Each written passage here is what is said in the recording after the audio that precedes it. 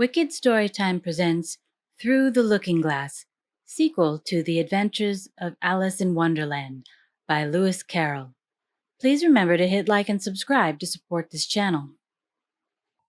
Chapter 1 Looking Glass House. One thing was certain, that the white kitten had nothing to do with it. It was the black kitten's fault entirely, for the white kitten had been having its face washed by the old cat for the last quarter of an hour, and bearing it pretty well considering, so you could see that it couldn't have had any hand in the mischief. The way Dinah washed her children's faces was this. First, she held the poor thing down by its ear with one paw, and then with the other paw she rubbed its face all over, the wrong way, beginning at the nose. And just now, as I said, she was hard at work on the white kitten, which was lying quite still and trying to purr, no doubt feeling that it was all meant for its good. But the black kitten had been finished with earlier in the afternoon, and so, while Alice was sitting curled up in a corner of the great armchair, half talking to herself and half asleep, the kitten had been having a grand game of romps with the ball of worsted that Alice had been trying to wind up, and had been rolling it up and down till it had all come undone again, and there it was spread over the hearthrug, all knots and tangles, with the kitten running after its own tail in the middle. "Oh, you wicked little thing!" cried Alice, catching up the kitten and giving it a little kiss to make it understand that it was in disgrace. "Really, Dinah ought to have taught you better manners. You ought, Dinah, you know you ought," she added, looking reproachfully at the old cat, and speaking in as cross a voice as she could manage. And then she scrambled back into the armchair, taking the kitten and the worsted with her, and began winding up the ball again. But she didn't get on very fast, as she was talking all the time, sometimes to the kitten and sometimes to herself. Kitty sat very demurely on her knee, pretending to watch the progress of the winding, and now and then putting out one paw and gently touching the ball, as if it would be glad to help if it might. "Do you know what tomorrow is, Kitty?" Alice began. "You'd have guessed if you'd been up at the window with me. Only Dinah was making you tidy, so you couldn't. I was watching the boys getting in sticks for the bonfire, and it wants plenty of sticks, Kitty. Only it got so cold and it snowed so, they had to leave off. Never mind, Kitty, we'll go and see the bonfire tomorrow." Here Alice wound 2 or 3 turns of the worsted round the kitten's neck, just to see how it would look. This led to a scramble in which the ball rolled down upon the floor, and yards of it got unwound again. "Do you know, I was so angry, Kitty," Alice went on, just as soon as they were comfortably settled again. "When I saw all the mischief you had been doing, I was very nearly opening the window and putting you out into the snow, and you'd have deserved it, you little mischievous darling. What have you got to say for yourself? Now don't interrupt me," she went on, holding up one finger. "I'm going to tell you all your faults. Number 1, you squeaked twice while Dinah was washing your face this morning. Now, you can't deny it, Kitty, I heard you. What's that you say?" pretending that the kitten was speaking. "Her paw went into your eye? Well, that's your fault for keeping your eyes open. If you'd shut them tight up, it wouldn't have happened. Now, don't make any more excuses, but listen. Number 2, you pulled Snowdrop away by the tail just as I'd put down a saucer of milk before her. What, you were thirsty, were you? How do you know she wasn't thirsty too? Now, for number 3, you unwound every bit of the worsted while I wasn't looking. That's 3 faults, Kitty, and you've not been punished for any of them yet. You know, I'm saving up all your punishments for Wednesday week." "Suppose they saved up all my punishments," she went on, talking more to herself than the kitten. "What would they do at the end of a year? I should be sent to prison, I suppose, when the day came, or let me see. Suppose each punishment was to be going without a dinner. Then, when the miserable day came, I should have to go without 50 dinners at once. Well, I shouldn't mind that much. I'd far rather go without them than eat them. Do you hear the snow against the window panes, Kitty? How nice and soft it sounds, just as if someone was kissing the window all over outside. I wonder if the snow loves the trees and fields, that it kisses them so gently. And then it covers them up snug, you know, with a white quilt, and perhaps it says, "Go to sleep, darlings, till the summer comes again." And when they wake up in the summer, Kitty, they dress themselves all in green and dance about whenever the wind blows. Oh, that's very pretty, cried Alice, dropping the ball of worsted to clap her hands. And I do so wish it was true. I'm sure the woods look sleepy in the autumn when the leaves are getting brown. Kitty, can you play chess? Now, don't smile, my dear. I'm asking it seriously, because when we were playing just now, you watched just as if you understood it, and when I said check, you purred. Well, it was a nice check, Kitty, and really I might have won if it hadn't been for that nasty knight that came wriggling down among my pieces. Kitty, dear, let's pretend. And here I wish I could tell you half the things Alice used to say, beginning with her favourite phrase, "Let's pretend." She had had quite a long argument with her sister only the day before, all because Alice had begun with, "Let's pretend we're kings and queens," and her sister, who liked being very exact, had argued that they couldn't because there was only 2 of them, and Alice had been reduced at last to say, "Well, you can be one of them, and then I'll be the rest." And once she had really frightened her old nurse by shouting suddenly in her ear, "Nurse, let's do pretend that I'm a hungry hyena and you're a bone." But this is taking us away from Alice's speech to the kitten. Let's pretend that you're the Red Queen, Kitty. Do you know, I think if you sat up and folded your arms, you'd look exactly like her. Now do try, there's a dear. And Alice got the Red Queen off the table and set it up before the kitten as a model for it to imitate. However, the thing didn't succeed, principally, Alice said, because the kitten wouldn't fold its arms properly. So, to punish it, she held it up to the looking-glass that it might see how sulky it was. "And if you're not good directly," she added, "I'll put you through into Looking-Glass House. How would you like that? Now, if you only attend, Kitty, and not talk so much, I'll tell you all my ideas about Looking-Glass House. First, there's a room you can see through the glass. That's just the same as our drawing-room, only the things go the other way. I can see all of it when I get upon a chair, all but the bit behind the fireplace. Ooh, I do so wish I could see that bit.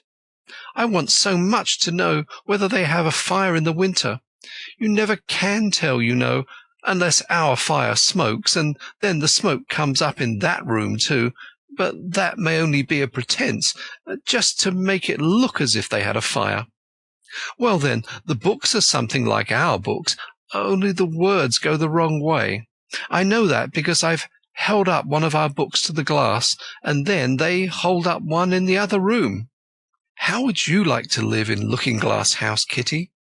I wonder if they'd give you milk in there. Perhaps looking-glass milk isn't good to drink, but oh, Kitty, now we come to the passage. You can just see a little peep of the passage in Looking-Glass House if you leave the door of our drawing-room wide open, and it's very like our passage as far as you can see, only you know it may be quite different on beyond. Oh, Kitty, how nice it would be if we could only go through into Looking-Glass House. I'm sure it's got, oh, such beautiful things in it. Let's pretend there's a way of getting through into it somehow, Kitty. Let's pretend the glass has got all soft like gauze so that we can get through. Why, it's turning into a sort of mist now, I declare. It'll be easy enough to get through." She was up on the chimney-piece while she said this, though she hardly knew how she got there, and certainly the glass was beginning to melt away, just like a bright silvery mist. In another moment Alice was through the glass and had jumped lightly down into the looking-glass room. The very first thing she did was to look whether there was a fire in the fireplace, and she was quite pleased to find that there was a real one, blazing away as brightly as the one she had left behind. "So I shall be as warm here as I was in the old room," thought Alice. "Warmer, in fact, because there'll be no one here to scold me away from the fire. Oh, what fun it'll be when they see me through the glass in here and can't get at me." Then she began looking about, and noticed what could be seen from the old room was quite common and uninteresting, but that all the rest was as different as possible. For instance, the pictures on the wall next to the fire seemed to be all alive, and the very clock in the chimney-piece, you know you can only see the back of it in the looking-glass, had got the face of a little old man, and grinned at her. "They don't keep this room so tidy as the other," Alice thought to herself, as she noticed several of the chessmen down in the hearth among the cinders. But in another moment, with a little "oh" of surprise, she was down on her hands and knees, watching them. The chessmen were walking about, 2 and 2. "Here are the Red King and the Red Queen," Alice said in a whisper for fear of frightening them. "And there are the White King and the White Queen, sitting on the edge of the shovel. And there are 2 castles, walking arm in arm. I don't think they can hear me," she went on, as she put her head closer down, "and I'm nearly sure they can't see me. I feel somehow as if I were invisible." Here something began squeaking on the table behind Alice, and made her turn her head just in time to see one of the white pawns roll over and begin kicking. She watched it with great curiosity to see what would happen next. "It's the voice of my child," the White Queen cried out as she rushed past the king so violently that she knocked him over among the cinders. "My precious Lily, my imperial kitten!" And she began scrambling wildly up the side of the fender. "Imperial fiddlestick," said the king, rubbing his nose, which had been hurt by the fall. He had a right to be a little annoyed with the Queen, for he was covered with ashes from head to foot.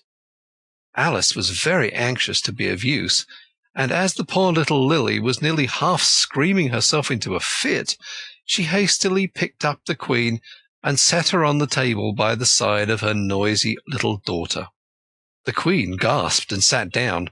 The rapid journey through the air had quite taken away her breath, and for a minute or two she could do nothing but hug the little Lily in silence.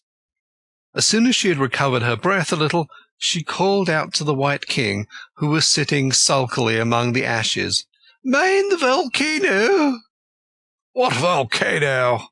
said the king, looking up anxiously into the fire, as if he thought that it was the most likely place to find one. "Blew me up," panted the Queen, who was still a little out of breath. "Mind you come up the regular way. Don't get blown up."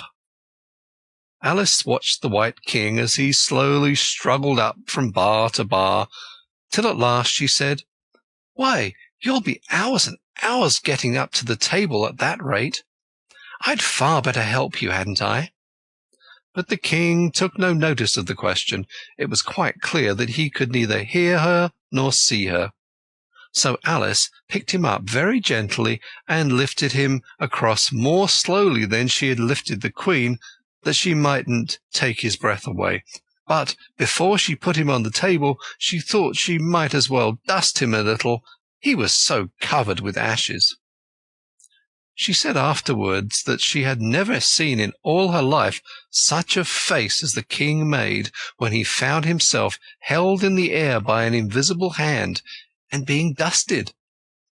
He was far too much astonished to cry out, but his eyes and his mouth went on getting larger and larger, and rounder, till her hand shook so with laughing that she nearly let him drop upon the floor. "Oh, please don't make such faces, my dear," she cried out, quite forgetting the king couldn't hear her. "You make me laugh so that I can hardly hold you, and don't keep your mouth so wide open. All the ashes will get into it. There now, I think you're tidy enough," she added, as she smoothed his hair and set him upon the table near the Queen. The king immediately fell flat on his back and lay perfectly still, and Alice was a little alarmed at what she had done, and went round the room to see if she could find any water to throw over him.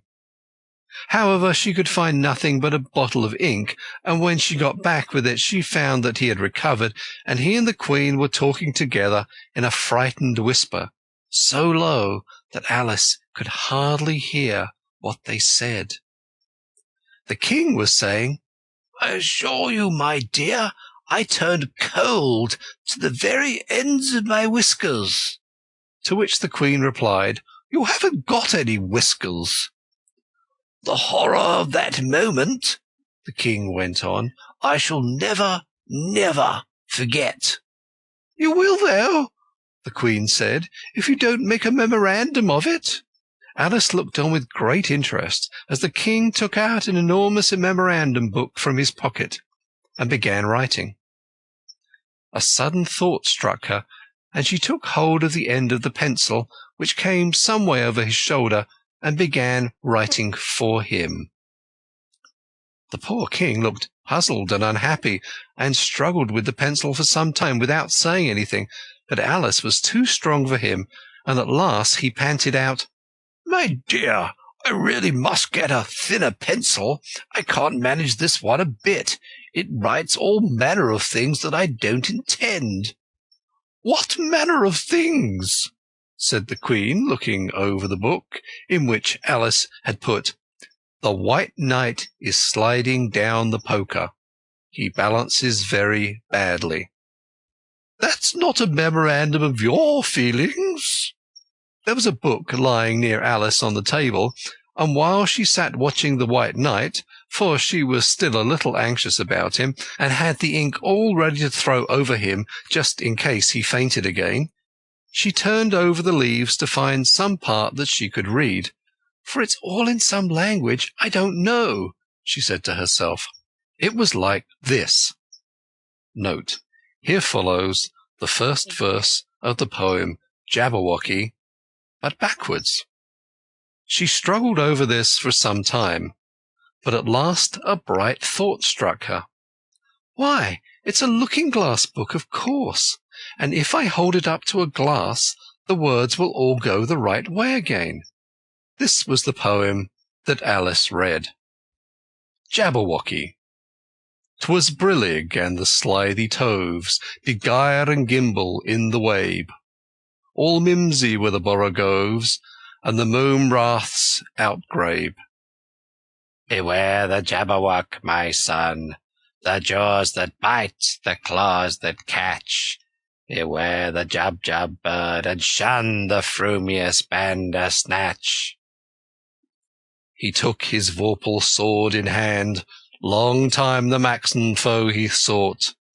So rested he by the Tumtum tree, and stood awhile in thought. And as in uffish thought he stood, the Jabberwock with eyes of flame came wilfering through the tungy wood, and burbled as it came. 1, 2, 1, 2, and through the vorpal blade went snicker-snack. He left it dead, and with its head he went galumphing back. "And hast thou slain the Jabberwock? Come to my arms, my beamish boy. Oh, frabbulous day, callooh, callay!" he chortled in his joy. 'Twas brillig, and the slithy toves did gyre and gimble in the wabe. All mimsy were the borogoves, and the mome raths outgrabe. "It seems very pretty," she said when she had finished it, "but it is rather hard to understand. You see, she didn't like to confess ever to herself that she couldn't make it out at all. Sometimes it seems to fill my head with ideas, only I don't exactly know what they are. However, somebody killed something, that's clear at any rate. But oh, thought Alice, suddenly jumping up, if I don't make haste, I shall have to go back through the looking-glass before I've seen what the rest of the house is like. Let's have a look at the garden first. She was out of the room in a moment and ran downstairs, or at least it wasn't exactly running, but a new invention of hers for getting downstairs quickly and easily, as Alice said to herself. She just kept the tips of her fingers on the handrail and floated gently down without even touching the stairs with her feet. Then she floated on through the hall, and would have gone straight out the door in the same way if she hadn't caught hold of the doorpost. She was getting a little giddy with so much floating in the air, and was rather glad to find herself walking again in the natural way. Chapter 2. The Garden of Live Flowers. I should see the garden far better, said Alice to herself, if I could get to the top of that hill. And here's a path that leads straight to it. At least, no, it doesn't do that. After going a few yards along the path and turning several sharp corners, but I suppose it will at last. But how curiously it twists! It's more like a corkscrew than a path.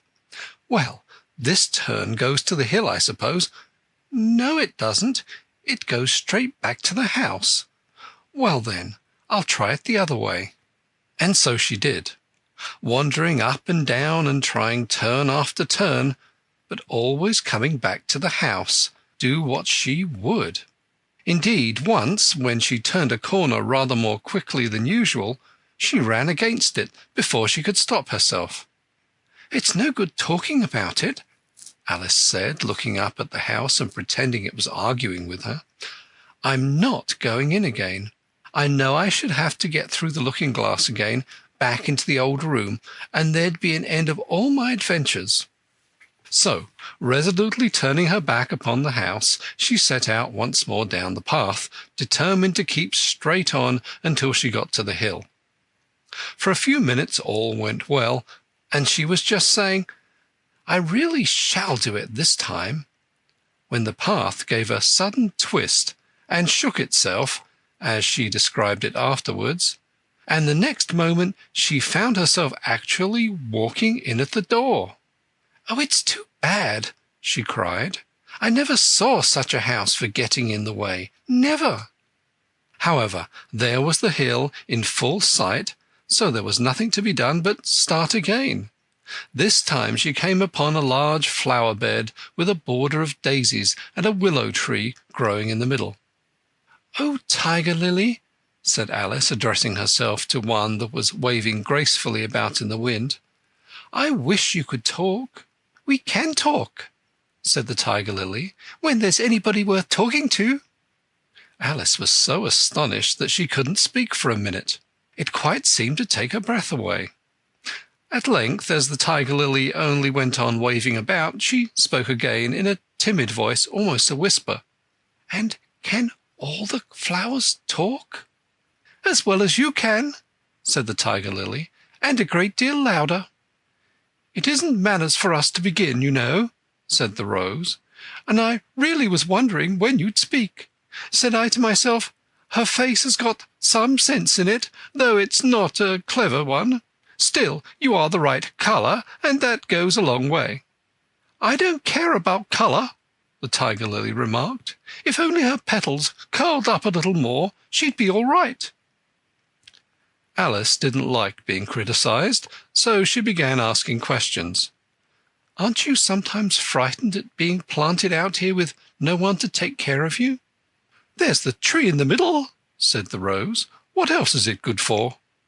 "But what could it do if any danger came?" Alice asked. "It says, 'Bow wow,'" cried a daisy. "That's why its branches are called boughs." "Didn't you know that?" cried another daisy, and here they all began shouting together until the air seemed quite full of little shrill voices. "Silence, every one of you!" cried the tiger-lily, waving itself passionately from side to side, and trembling with excitement. "They know I can't get at them," it panted, bending its quivering head towards Alice, "or they wouldn't dare to do it."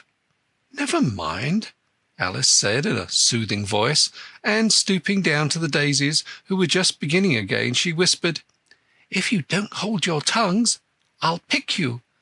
There was silence in a moment, and several of the pink daisies turned white.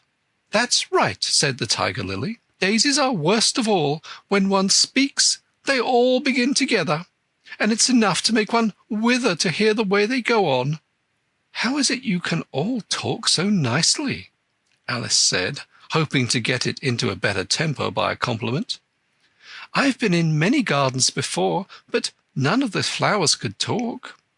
"Put your hand down and feel the ground," said the tiger-lily. "Then you'll know why." Alice did so. "It's very hard," she said, "but I don't see what that has to do with it." "In most gardens," the tiger-lily said, "they make the beds too soft, so that the flowers are always asleep." This sounded like a very good reason, and Alice was quite pleased to know it. "I never thought of that before," she said. "It's my opinion that you never think at all," the rose said in a rather severe tone. "I never saw anybody that looks stupider," a violet said, so suddenly that Alice quite jumped, for it hadn't spoken before. "Hold your tongue," cried the tiger-lily, "as if you ever saw anybody.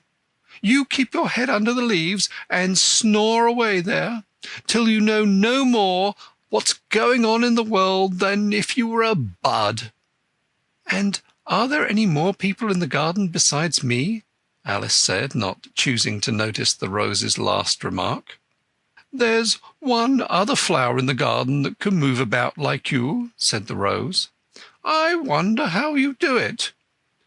"You're always wondering," said the tiger-lily. "But she's more bushy than you are." "Is she like me?" Alice asked eagerly, for the thought crossed her mind, "There's another little girl in the garden somewhere." "Well, she has the same awkward shape as you," the rose said, "but she's redder, and her petals are shorter, I think." "Her petals are done up close, almost like a dahlia," the tiger-lily interrupted, "not tumbled about anyhow like yours." "But it's not your fault," the rose added kindly. "You're beginning to fade, you know, and then one can't help one's petals getting a little untidy." Alice didn't like this idea at all, so to change the subject she asked, "Does she ever come out here?" "I dare say you'll see her soon," said the rose. "She's one of the thorny kind." "Where does she wear the thorns?" Alice asked with some curiosity. "Why, all around her head, of course," the rose replied. "I was wondering you hadn't got some too. I thought it was the regular rule." "She's coming," cried the larkspur. "I hear her footsteps, thump, thump, thump, along the gravel walk." Alice looked round eagerly, and found that it was the Red Queen. "She's grown a good deal," was her first remark. She had indeed. When Alice first found her in the ashes, she had been only 3 inches high, and here she was half a head taller than Alice herself. "It's the fresh air does it," said the rose. "Wonderfully fine air it is out here." "I think I'll go and meet her," said Alice, for, though the flowers were interesting enough, she felt it would be far grander to have a talk with a real queen. "You can't possibly do that," said the rose.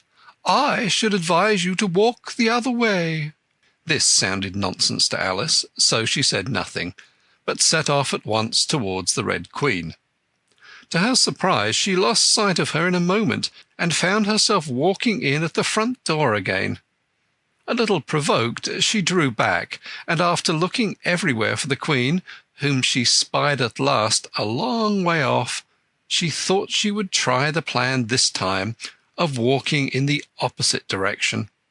It succeeded beautifully. She had not been walking a minute before she found herself face to face with the Red Queen, and full in sight of the hill she had been so long aiming at. "Where do you come from?" said the Red Queen. "And where are you going? Look up, speak nicely, and don't twiddle your fingers all the time." Alice attended to all these directions, and explained, as well as she could, that she had lost her way. "I don't know what you mean by your way," said the Queen. "All the ways about here belong to me. But why did you come out here at all?" she added in a kinder tone. "Curtsy while you're thinking what to say. It saves time." Alice wondered a bit at this, but she was too much in awe of the Queen to disbelieve it. "I'll try it when I go home," she thought to herself, "the next time I'm a little late for dinner." "It's time for you to answer now," the Queen said, looking at her watch. "Open your mouth a little wider when you speak, and always say 'Your Majesty.'" "I only wanted to see what the garden was like, Your Majesty." "That's right," said the Queen, patting her on the head, which Alice didn't like at all. "Though when you say 'garden,' I've seen gardens compared with which this would be a wilderness." Alice didn't dare argue the point, but went on. "And I thought I'd try and find my way to the top of that hill." "When you say hill," the Queen interrupted, "I could show you hills in comparison with which you'd call that a valley."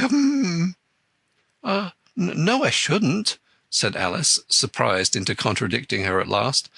"A hill can't be a valley, you know. That would be nonsense." The Red Queen shook her head. "You may call it nonsense if you like," she said, "but I've heard nonsense compared with which that would be as sensible as a dictionary." Alice curtsied again, but she was afraid from the Queen's tone that she was a little offended, and they walked on in silence till they got to the top of the little hill. For some minutes Alice stood without speaking, looking out in all directions over the country, and a most curious country it was. There were a number of tiny little brooks running straight across it from side to side, and the ground between was divided up into squares by a number of little green hedges that reached from brook to brook. "I declare, it's marked out just like a large chessboard," Alice said at last. "There ought to be some men moving about somewhere. And so there are," she added in a tone of delight, and her heart began to beat quick with excitement as she went on. "It's a great huge game of chess that's being played all over the world, if this is the world at all, you know. Oh, what fun it is! How I wish I was one of them. I wouldn't mind being a pawn, if only I might join, though of course I should like to be a queen best." She glanced rather shyly at the real Queen as she said this, but her companion only smiled pleasantly and said, "That's easily managed. You can be the White Queen's pawn if you like, as Lily's too young to play, and you're in the second square to begin with. When you get to the 8th square you'll be a queen." Just at this moment, somehow or other, they began to run. Alice never could quite make it out, in thinking it over afterwards, how it was that they began. All she remembers is that they were running hand in hand, and the Queen went so fast that it was all she could do to keep up with her. And still the Queen kept crying, "Faster, faster!" But Alice felt she could not go faster, though she had not breath left to say so. The most curious part of the thing was that the trees and the other things around them never changed their places at all. However fast they went, they never seem to pass anything. I wonder if all the things move along with us, thought poor puzzled Alice. And the Queen seemed to guess her thoughts, for she cried, "Faster! Don't try to talk!" Not that Alice had any idea of doing that.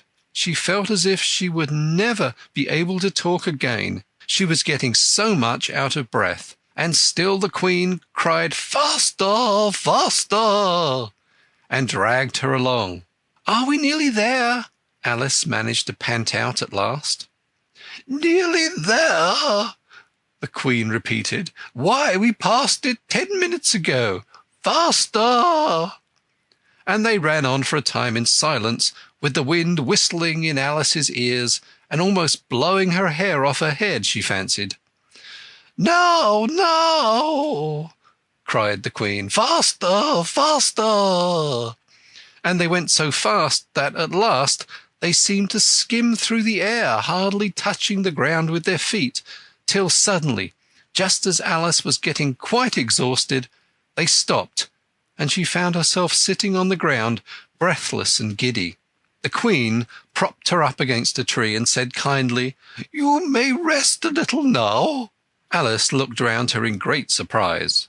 "Why, I do believe we've been under this tree the whole time. Everything's just as it was." "Of course it is," said the Queen. "What would you have it?"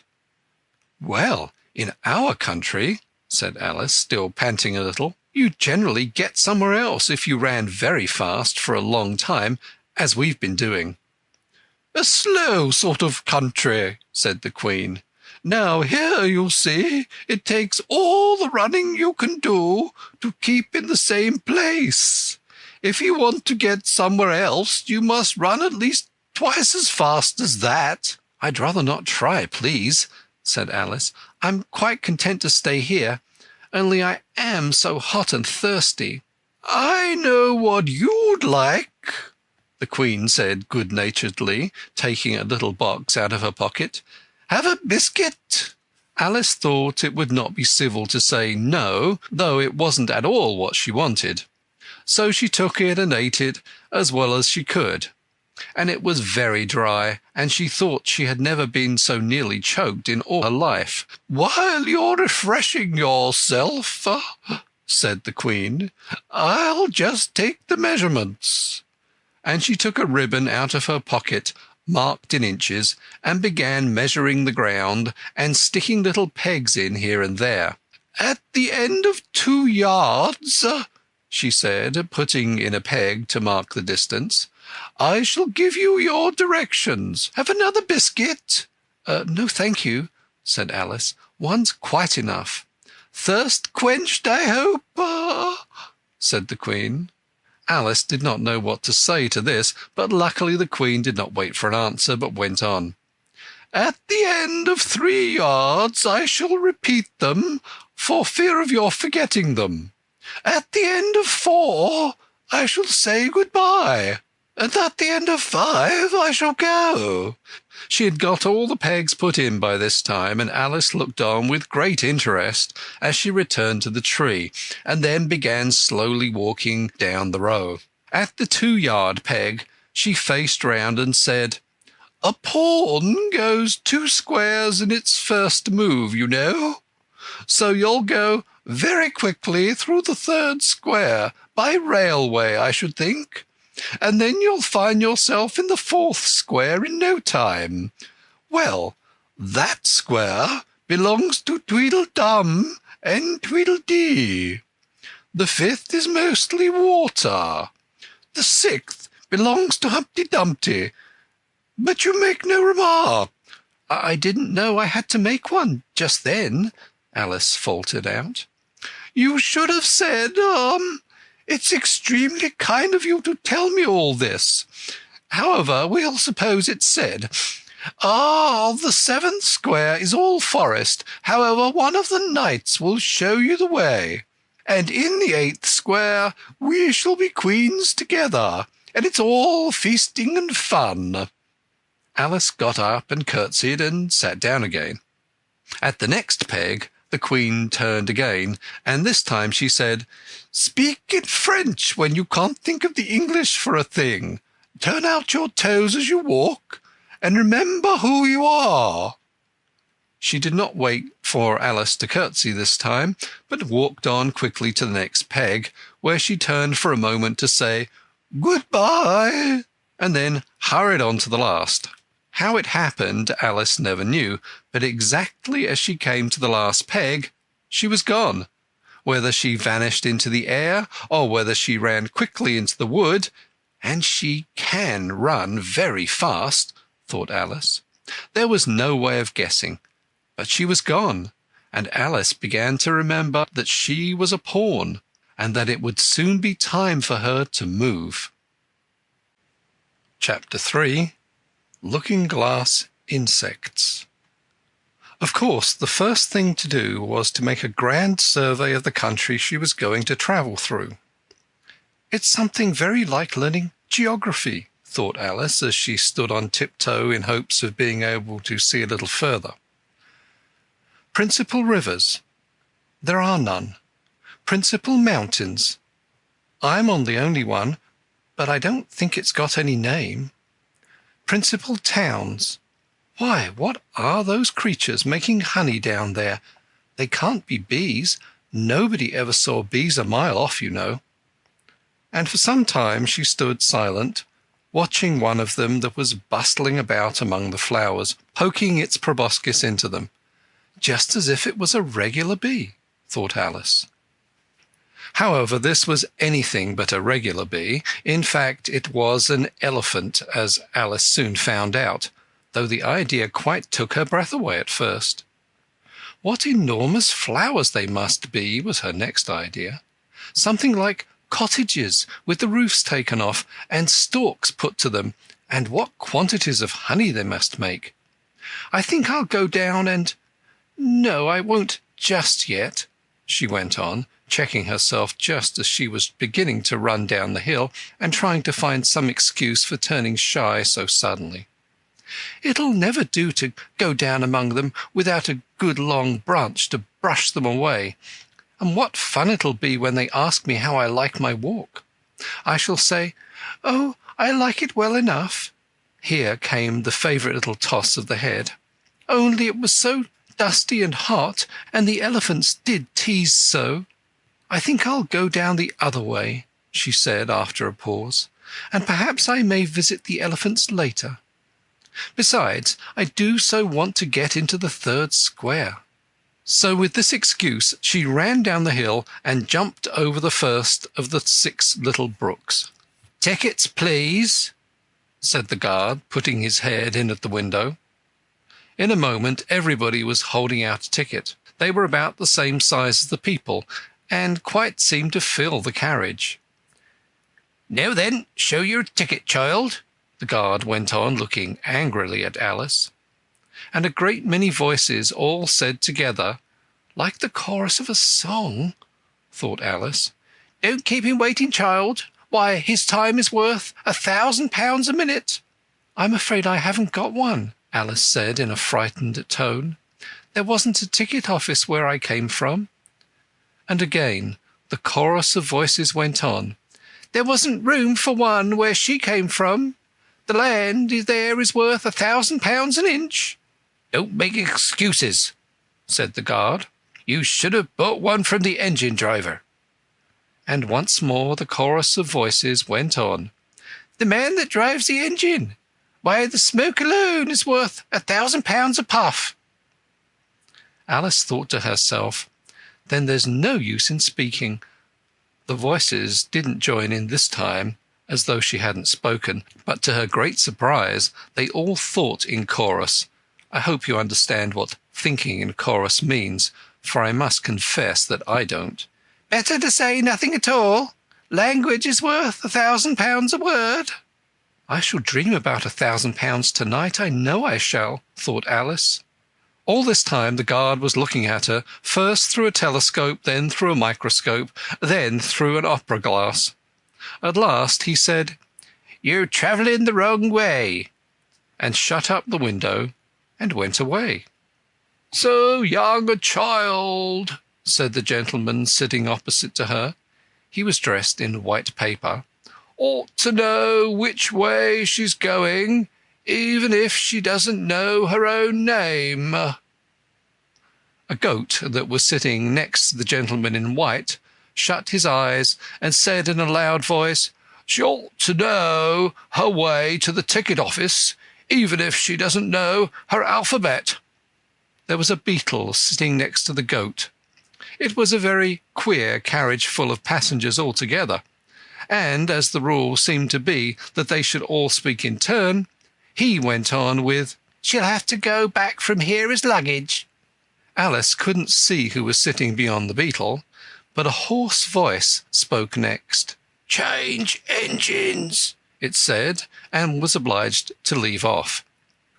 "It sounds like a horse," Alice thought to herself, and an extremely small voice, close to her ear, said, "You might make a joke on that. Something about horse and horse, you know." Then a very gentle voice in the distance said, "She must be labelled Lass with care, you know." And after that other voices went on. What a number of people there are in the carriage, thought Alice, saying, "She must go by post, as she's got a head in her. She must be sent as a message by the telegraph.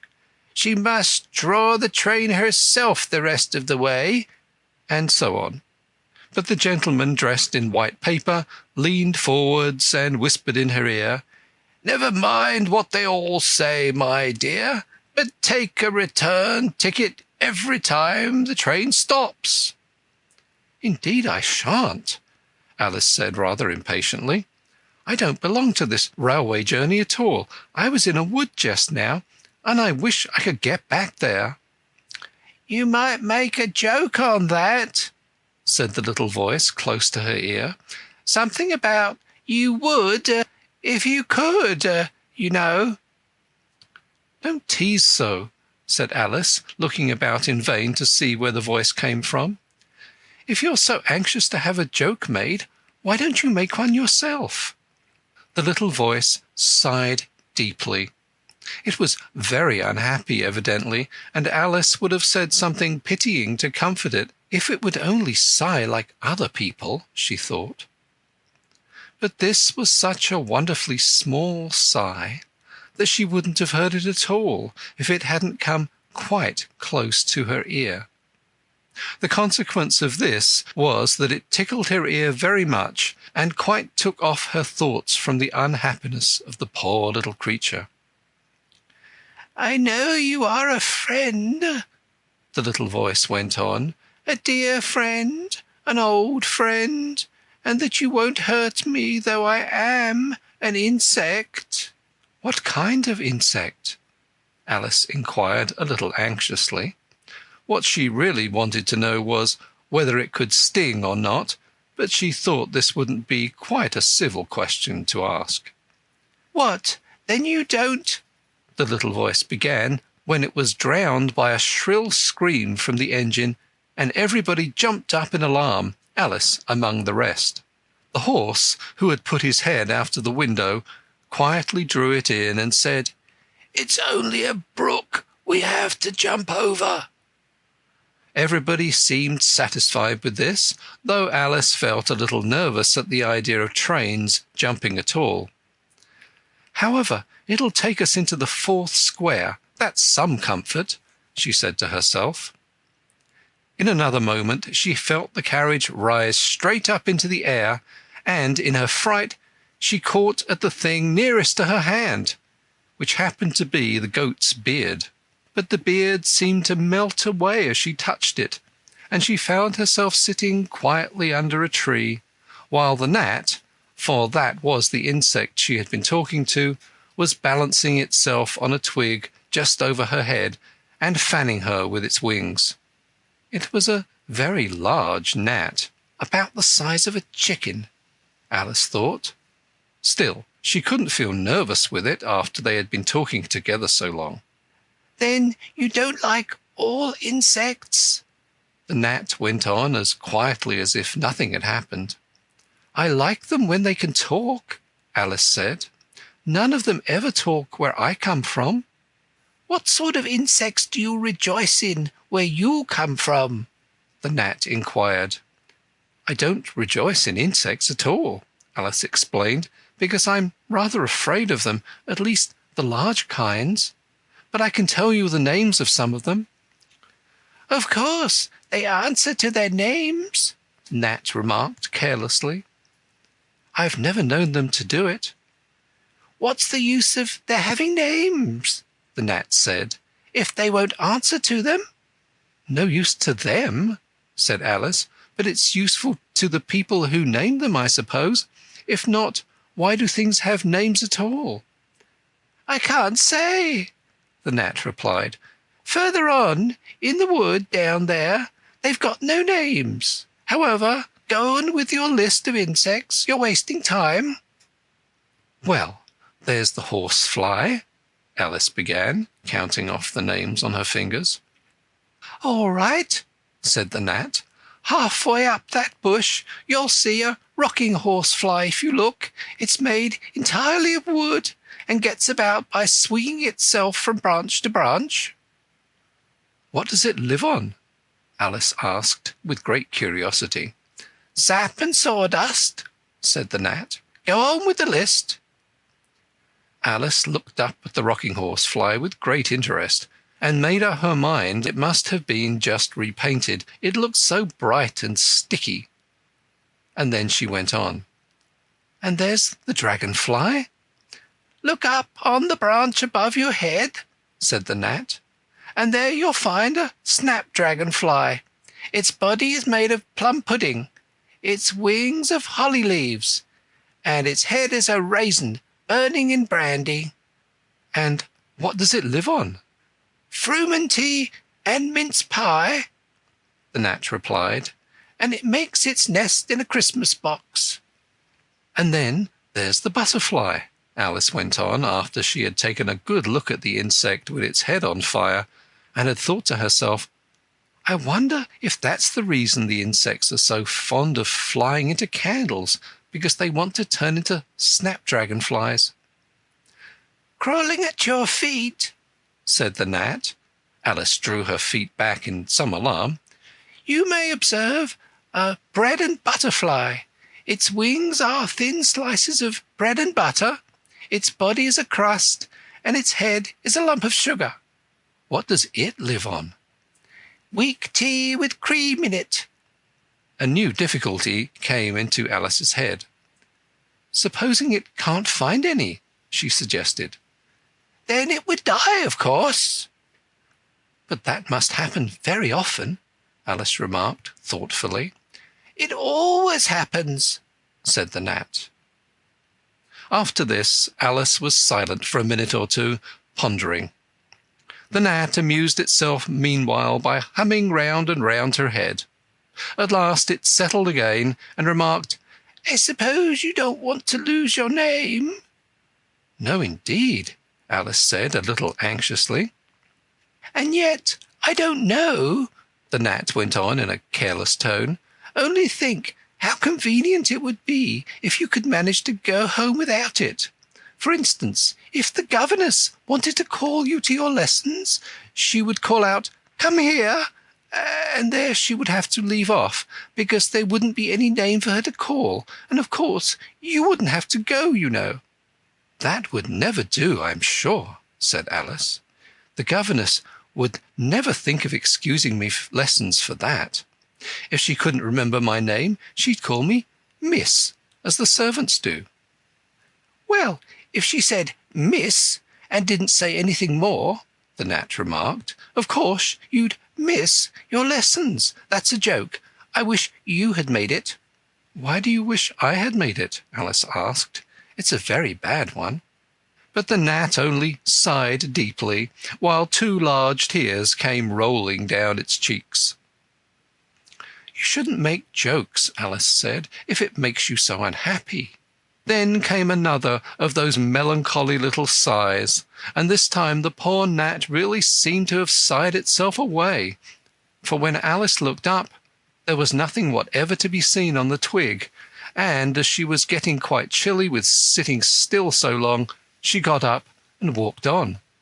She very soon came to an open field with a wood on the other side of it. It looked much darker than the last wood, and Alice felt a little timid about going into it. However, on second thoughts, she made up her mind to go on. "For I certainly won't go back," she thought to herself, and this was the only way to the 8th square. "This must be the wood," she said thoughtfully to herself, "where things have no names. I wonder what'll become of my name when I go in. I shouldn't like to lose it at all, because they'd have to give me another, and it would almost certain to be an ugly one. But then the fun would be trying to find the creature that had got my old name. That's just like the advertisements, you know, when people lose dogs. Answers to the name of Dash, had on a brass collar. Just fancy calling everything you met Alice until one of them answered. Only they wouldn't answer at all if they were wise." She was rambling on in this way when she reached the wood. It looked very cool and shady. "Well, at any rate, it's a great comfort," she said as she stepped under the trees, "after being so hot, to get into what?" she went on, rather surprised at not being able to think of the word. "I mean, to get under this, you know," putting her hand on the trunk of the tree. "What does it call itself, I wonder? I do believe it's got no name. Why, to be sure it hasn't." She stood silent for a minute, thinking. Then suddenly she began again. "Then it really has happened after all. And now, who am I? I will remember if I can. I'm determined to do it." But being determined didn't help much, and all she could say, after a great deal of puzzling, was, "L. I know it begins with L." Just then a fawn came wandering by. It looked at Alice with its large, gentle eyes, but didn't seem at all frightened. Here then, Alice said as she held out her hand and tried to stroke it, but it only started back a little, and then stood looking at her again. "What did you call yourself?" the fawn said at last. Such a soft, sweet voice it had. "I wish I knew," thought poor Alice. She answered rather sadly, "Nothing just now." "Think again," it said. "That won't do." Alice thought, but nothing came of it. "Please, would you tell me what you call yourself?" she said timidly. "I think that might help a little." "I'll tell you if you move a little further on," the fawn said. "I can't remember here." So they walked on together through the wood, Alice with her arms clasped lovingly around the soft neck of the fawn, till they came out into another open field, and here the fawn gave a sudden bound into the air and shook itself free of Alice's arms. "I'm a fawn!" it cried out in a voice of delight. "And dear me, you're a human child!" A sudden look of alarm came into its beautiful brown eyes, and in another moment it had darted away at full speed. Alice stood looking after it, almost ready to cry with vexation at having lost her dear little fellow traveller so suddenly. "However, I know my name now," she said. "That's some comfort. Alice, Alice. I won't forget it again. And now, which of these finger-posts ought I to follow, I wonder?"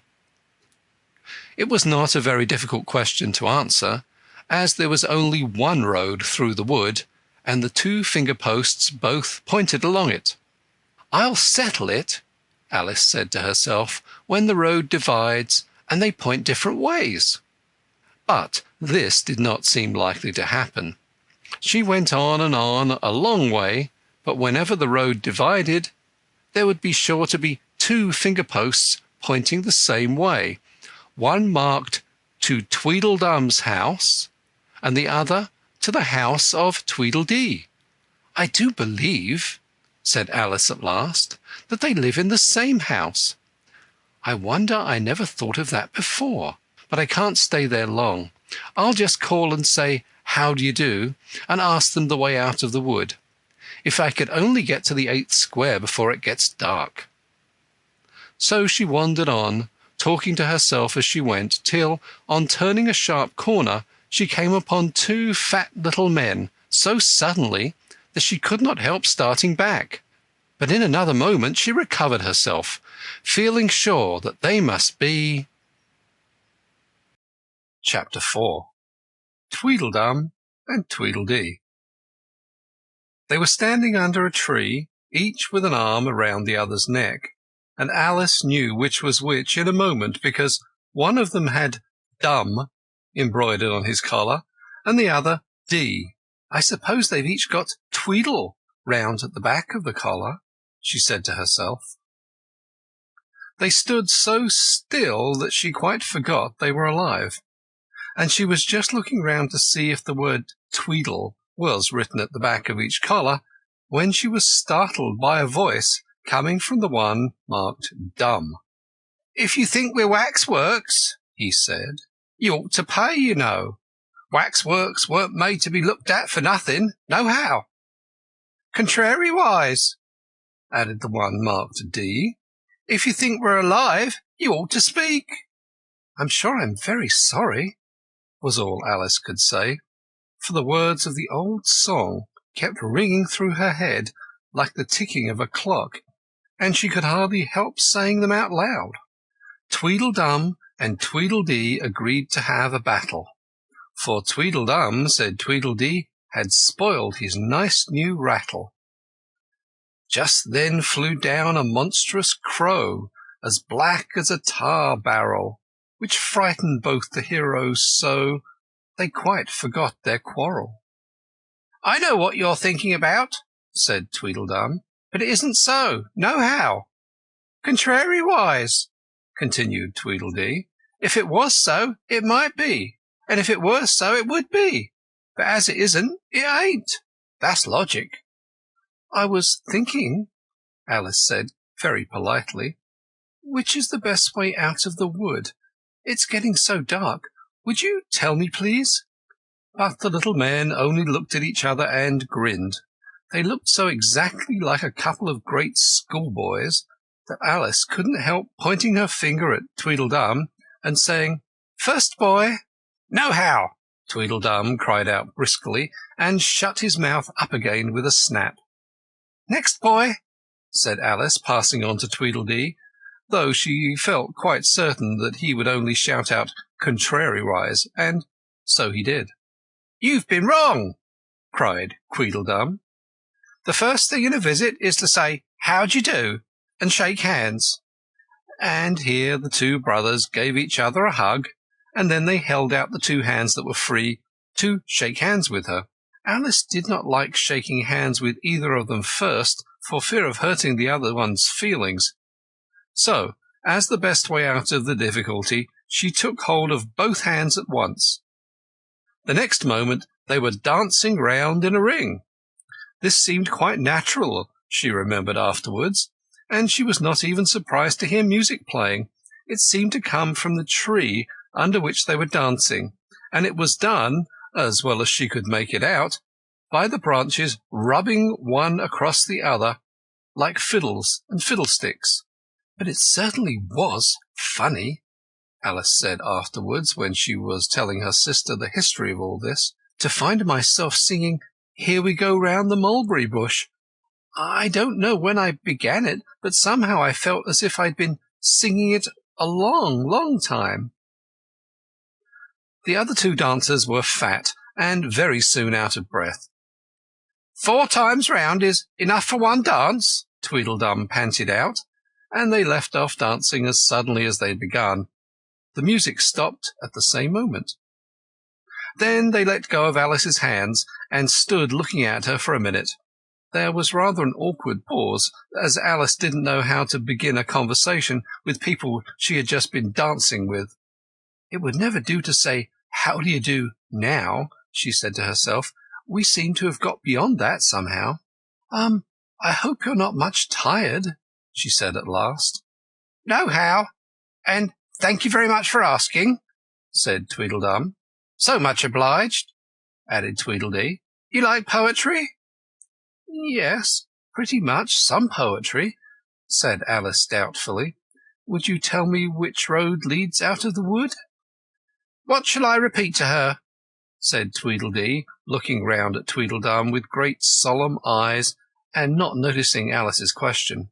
"The Walrus and the Carpenter is the longest," Tweedledum replied, giving his brother an affectionate hug.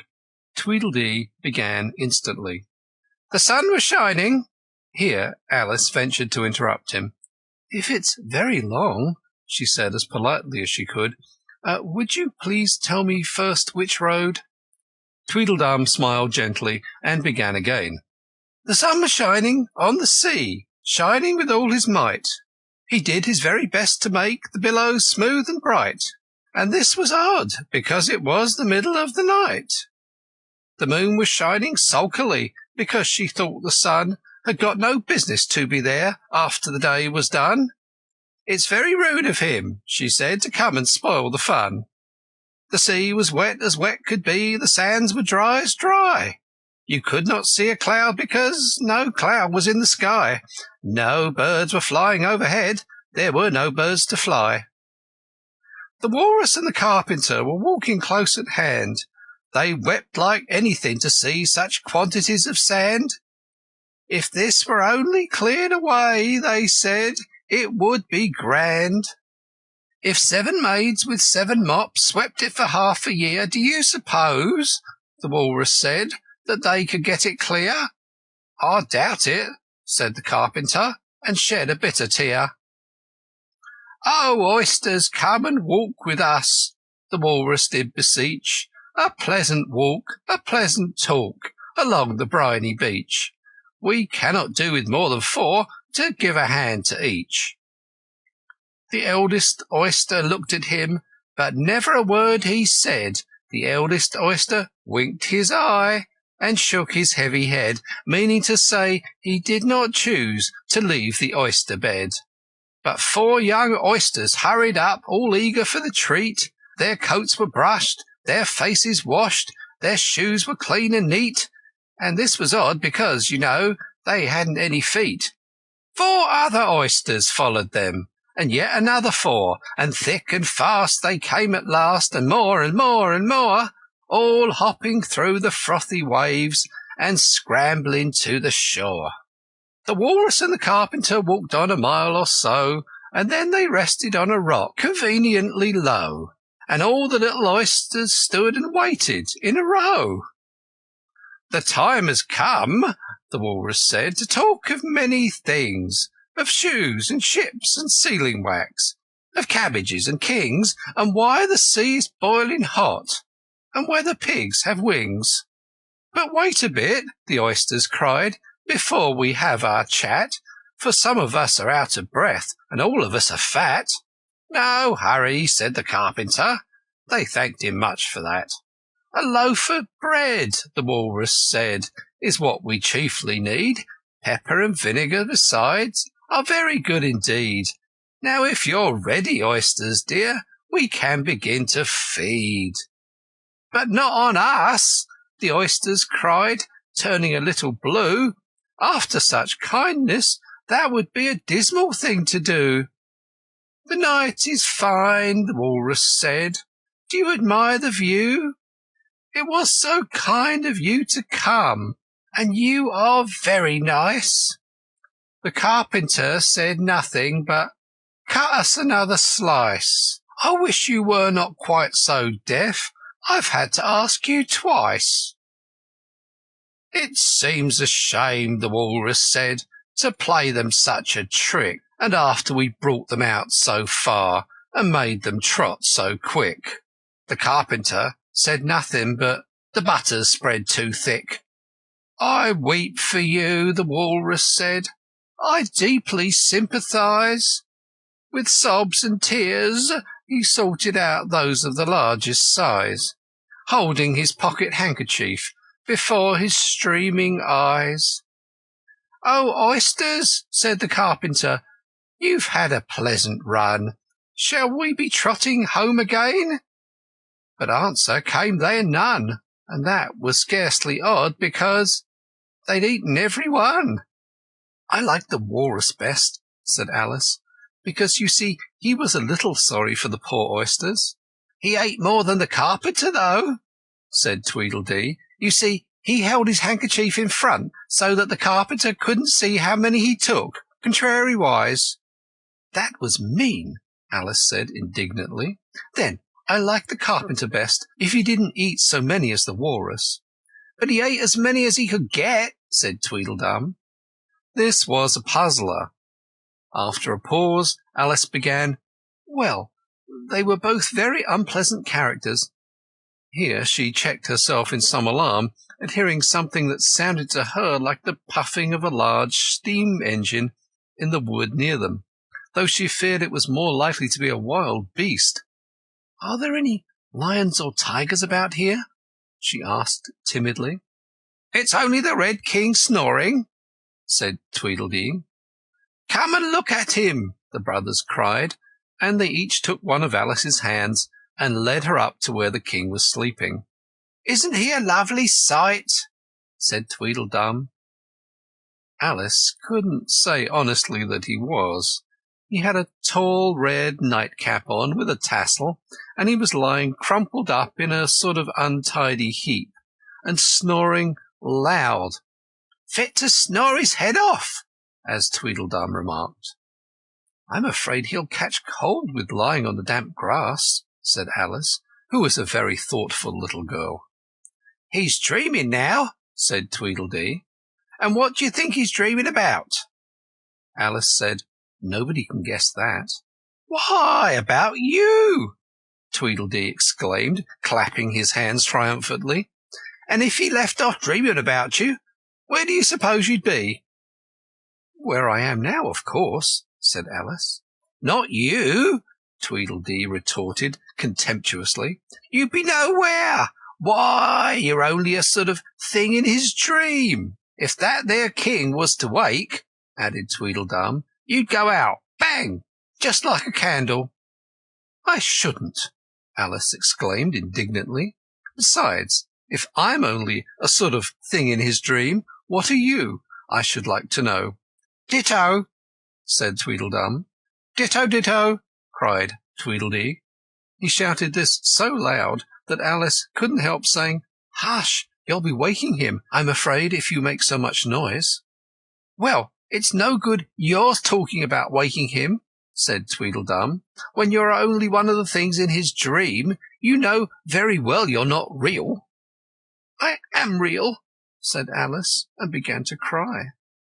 You won't make yourself a bit realer by crying, Tweedledee remarked. There's nothing to cry about. But if I wasn't real, Alice said, half laughing through her tears, it all seemed so ridiculous, I shouldn't be able to cry. I hope you don't suppose those are real tears, Tweedledum interrupted in a tone of great contempt. I know they're talking nonsense, Alice thought to herself, and it's foolish to cry about it, so she brushed away her tears and went on as cheerfully as she could. At any rate, I'd better be getting out of the wood, for really it's coming on very dark. Do you think it's going to rain? Tweedledum spread out a large umbrella over himself and his brother, and looked up into it. No, I don't think it is, he said. At least, not under here, nohow. But it may rain outside. It may, if it chooses, said Tweedledee. We've no objection, contrariwise. Selfish things, thought Alice, and she was just going to say good night and leave them, when Tweedledum sprang out from under the umbrella and seized her by the wrist. Do you see that? He said, in a voice choking with passion, and his eyes grew large and yellow, all in a moment, as he pointed with a trembling finger at a small white thing lying under the tree. It's only a rattle, Alice said, after a careful examination of the white thing. Not a rattlesnake, you know, she added hastily, thinking that he was frightened, and only an old rattle, quite old and broken. I knew it was, cried Tweedledum, beginning to stamp about wildly and tear his hair. "It's spoilt, of course." Here he looked at Tweedledee, who immediately sat down on the ground and tried to hide himself under the umbrella. Alice laid her hand upon his arm and said in a soothing tone, "You needn't be so angry about an old rattle." "But it isn't old!" Tweedledum cried, in a greater fury than ever. "It's new, I tell you. I bought it yesterday. My nice new rattle!" And his voice rose to a perfect scream. All this time Tweedledee was trying his best to fold up the umbrella with himself in it, which was such an extraordinary thing to do that it quite took off Alice's attention from the angry brother. But he couldn't quite succeed, and it ended in his rolling over, bundled up in the umbrella, with only his head out, and there he lay, opening and shutting his mouth, and his large eyes looking more like fish than anything else, Alice thought. "Of course you agree to have a battle," Tweedledum said in a calmer tone. "I suppose so," the other sulkily replied, as he crawled out of the umbrella. "Only she must help us to dress up, you know." So the two brothers went off hand in hand into the wood, and returned in a minute with their arms full of things such as bolsters, blankets, hearthrugs, tablecloths, dish covers, and coal scuttles. "I hope you're a good hand at pinning and tying strings," Tweedledum remarked. "Every one of these things has to go on, somehow or other." Alice said afterwards that she had never seen such a fuss made about anything in all her life, the way those two bustled about, and the quantity of things they put on, and the trouble they gave her in tying strings and fastening buttons. "Really, they'll be more like bundles of old clothes than anything else by the time they're ready," she said to herself, as she arranged a bolster around the neck of Tweedledee. "To keep his head from being cut off," as he said. "You know," he added very gravely, "it's one of the most serious things that can possibly happen to one in a battle, to get one's head cut off." Alice laughed aloud, but she managed to turn it into a cough for fear of hurting his feelings. "Do I look very pale?" said Tweedledum, coming up to have his helmet tied on. He called a helmet, though it certainly looked much more like a saucepan. "Well, yes, a little," Alice replied gently. "I'm very brave generally," he went on in a low voice. "Only today I happen to have a headache." "And I've got a toothache," said Tweedledee, who had overheard the remark. "I'm far worse off than you." "Then you'd better not fight today," said Alice, thinking it a good opportunity to make peace. "We must have a bit of a fight, but I don't care about going on long," said Tweedledum. "What's the time now?" Tweedledee looked at his watch and said, 4:30. "Let's fight until 6, and then have dinner," said Tweedledum. "Very well," the other said rather sadly, "and she can watch us. Only you'd better not come very close," he added. "I generally hit everything I can see when I get really excited." "And I hit everything within reach," cried Tweedledum, "whether I can see it or not." Alice laughed. "You must hit the trees pretty often, I should think," she said. Tweedledum looked round him with a satisfied smile. "I don't suppose," he said, "there'll be a tree left standing for ever so far round by the time we've finished." "And all about a rattle," said Alice, still hoping to make them a little ashamed of fighting for such a trifle. "I shouldn't have minded it so much," said Tweedledum, "if it hadn't been a new one." "I wish the monstrous crow would come," thought Alice. "There's only one sword, you know," Tweedledum said to his brother, "but you can have the umbrella. It's quite as sharp. Only we must be quick. It's getting as dark as it can." "And darker," said Tweedledee. It was getting dark so suddenly that Alice thought there must be a thunderstorm coming on. "What a thick black cloud that is," she said, "and how fast it comes. Why, I do believe it's got wings." "It's the crow!" Tweedledum cried out in a shrill voice of alarm, and the two brothers took to their heels and were out of sight in a moment. Alice ran a little way into the wood, and stopped under a large tree. "It can never get at me here," she thought. "It's far too large to squeeze itself in among the trees. But I wish it wouldn't flap its wings so. It makes quite a hurricane in the wood. Here's somebody's shawl being blown away." Chapter 5. Wool and Water. She caught the shawl as she spoke, and looked about for the owner. In another moment the White Queen came running wildly through the wood, with both arms stretched out wide, as if she were flying, and Alice, very civilly, went to meet her with the shawl. "I'm very glad I happened to be in the way," Alice said, as she helped her to put on her shawl again. The White Queen only looked at her in a helpless, frightened sort of way, and kept repeating something in a whisper to herself that sounded like "bread and butter, bread and butter," and Alice felt that if there was to be any conversation at all, she must manage it herself. But she began rather timidly. "Am I addressing the White Queen?" "Well, yes, if you call that addressing," the Queen said. "It isn't my notion of the thing at all." Alice thought it would never do to have an argument at the very beginning of their conversation, so she smiled and said, "If your Majesty will only tell me the right way to begin, I'll do it as well as I can." "But I don't want it done at all," groaned the poor Queen. "I've been addressing myself for the last 2 hours." It would have been all the better, as it seemed to Alice, if she had got somebody else to dress her. She was so dreadfully untidy. "Every single thing's crooked," Alice thought to herself, "and she's all over pins. May I put your shawl straight for you?" she added aloud. "I don't know what's the matter with it," the Queen said in a melancholy voice. "It's out of temper, I think. I pinned it here and I've pinned it there, but there's no pleasing it." "It can't go straight, you know, if you pin it all on one side," Alice said as she gently put it right for her.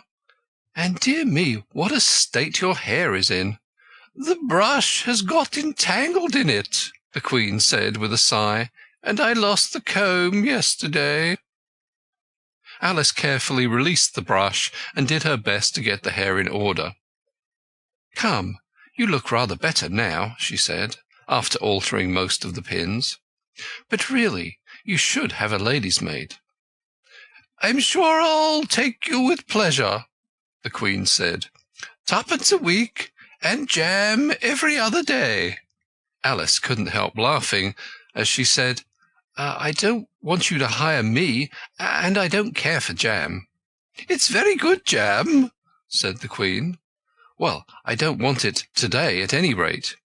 "Oh, you couldn't have it if you did want it," the Queen said. "The rule is jam tomorrow and jam yesterday, but never jam today."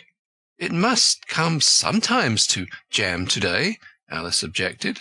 "No, it can't," said the Queen. "It's jam every other day. Today isn't any other day, you know."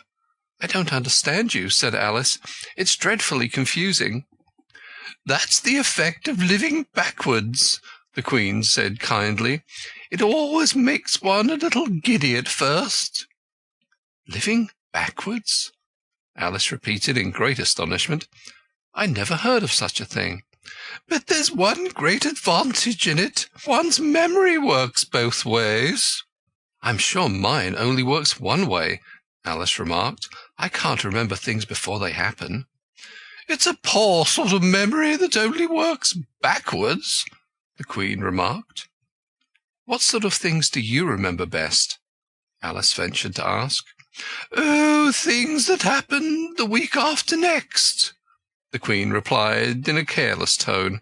"For instance, now," she went on, sticking a large piece of plaster on her finger as she spoke, "there's the King's messenger. He's in prison now, being punished, and the trial doesn't even begin till next Wednesday. And, of course, the crime comes last of all." "Suppose he never commits a crime?" said Alice. "That would be all the better, wouldn't it?" the Queen said as she bound the plaster round her finger with a bit of ribbon. Alice felt that there was no denying that.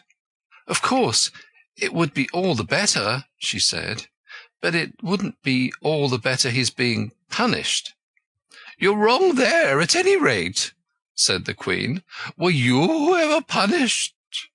"Only for faults," said Alice. "And you were all the better for it, I know," the Queen said triumphantly. "Yes, but then I had done the things I was punished for," said Alice, "and that makes all the difference." "But if you hadn't done them," the Queen said, "that would have been better still, better and better and better." Her voice went higher with each better, till it got quite to a squeak at last. Alice was just beginning to say, "There's a mistake somewhere," when the Queen began screaming so loud that she had to leave the sentence unfinished. "Oh, oh, oh!" shouted the Queen, shaking her hand about as if she wanted to shake it off. "My finger's bleeding! Oh, oh, oh, oh!" Her screams were so exactly like the whistle of a steam engine that Alice had to hold her hands over her ears. "What is the matter?" she said as soon as there was a chance of making herself heard. "Have you pricked your finger?" "I haven't pricked it yet," the Queen said, "but I soon shall. Oh, oh, oh!" "When do you expect to do it?" Alice asked, feeling very much inclined to laugh. "When I fasten my shawl again," the poor Queen groaned out. "The brooch will come undone directly. Oh, oh!" And as she said the words, the brooch flew open, and the Queen clutched wildly at it and tried to clasp it again. "Take care," said Alice, "you're holding it all crooked." And she caught at the brooch, but it was too late. The pin had slipped, and the Queen had pricked her finger. "That accounts for the bleeding, you see," she said to Alice with a smile. "Now you understand the way things happen here." "But why don't you scream now?" Alice asked, holding her hands ready to put over her ears again. "Why, I've done all the screaming already," said the Queen. "What would be the good of having it all over again?" By this time it was getting light. "The crow must have flown away, I think," said Alice. "I'm so glad it's gone. I thought it was the night coming on." "I wish I could manage to be glad," the Queen said. "Only I never can remember the rule. You must be very happy living in this wood and being glad whenever you like." "Only it is very lonely here," Alice said in a melancholy voice, and at the thought of her loneliness 2 large tears came rolling down her cheeks. "Oh, don't go on like that," cried the poor Queen, wringing her hands in despair. "Consider what a great girl you are. Consider what a long way you've come today. Consider what o'clock it is. Consider anything, only don't cry." Alice could not help laughing at this, even in the midst of her tears. "Can you keep from crying by considering things?" she asked. "That's the way it's done," the Queen said with great decision. "Nobody can do 2 things at once, you know. Let's consider your age to begin with. How old are you?" "I'm 7½ exactly." "You needn't say exactly," the Queen remarked. "I can believe it without that. Now I'll give you something to believe. I'm just 101 5 months and a day." "I can't believe that," said Alice. "Can't you?"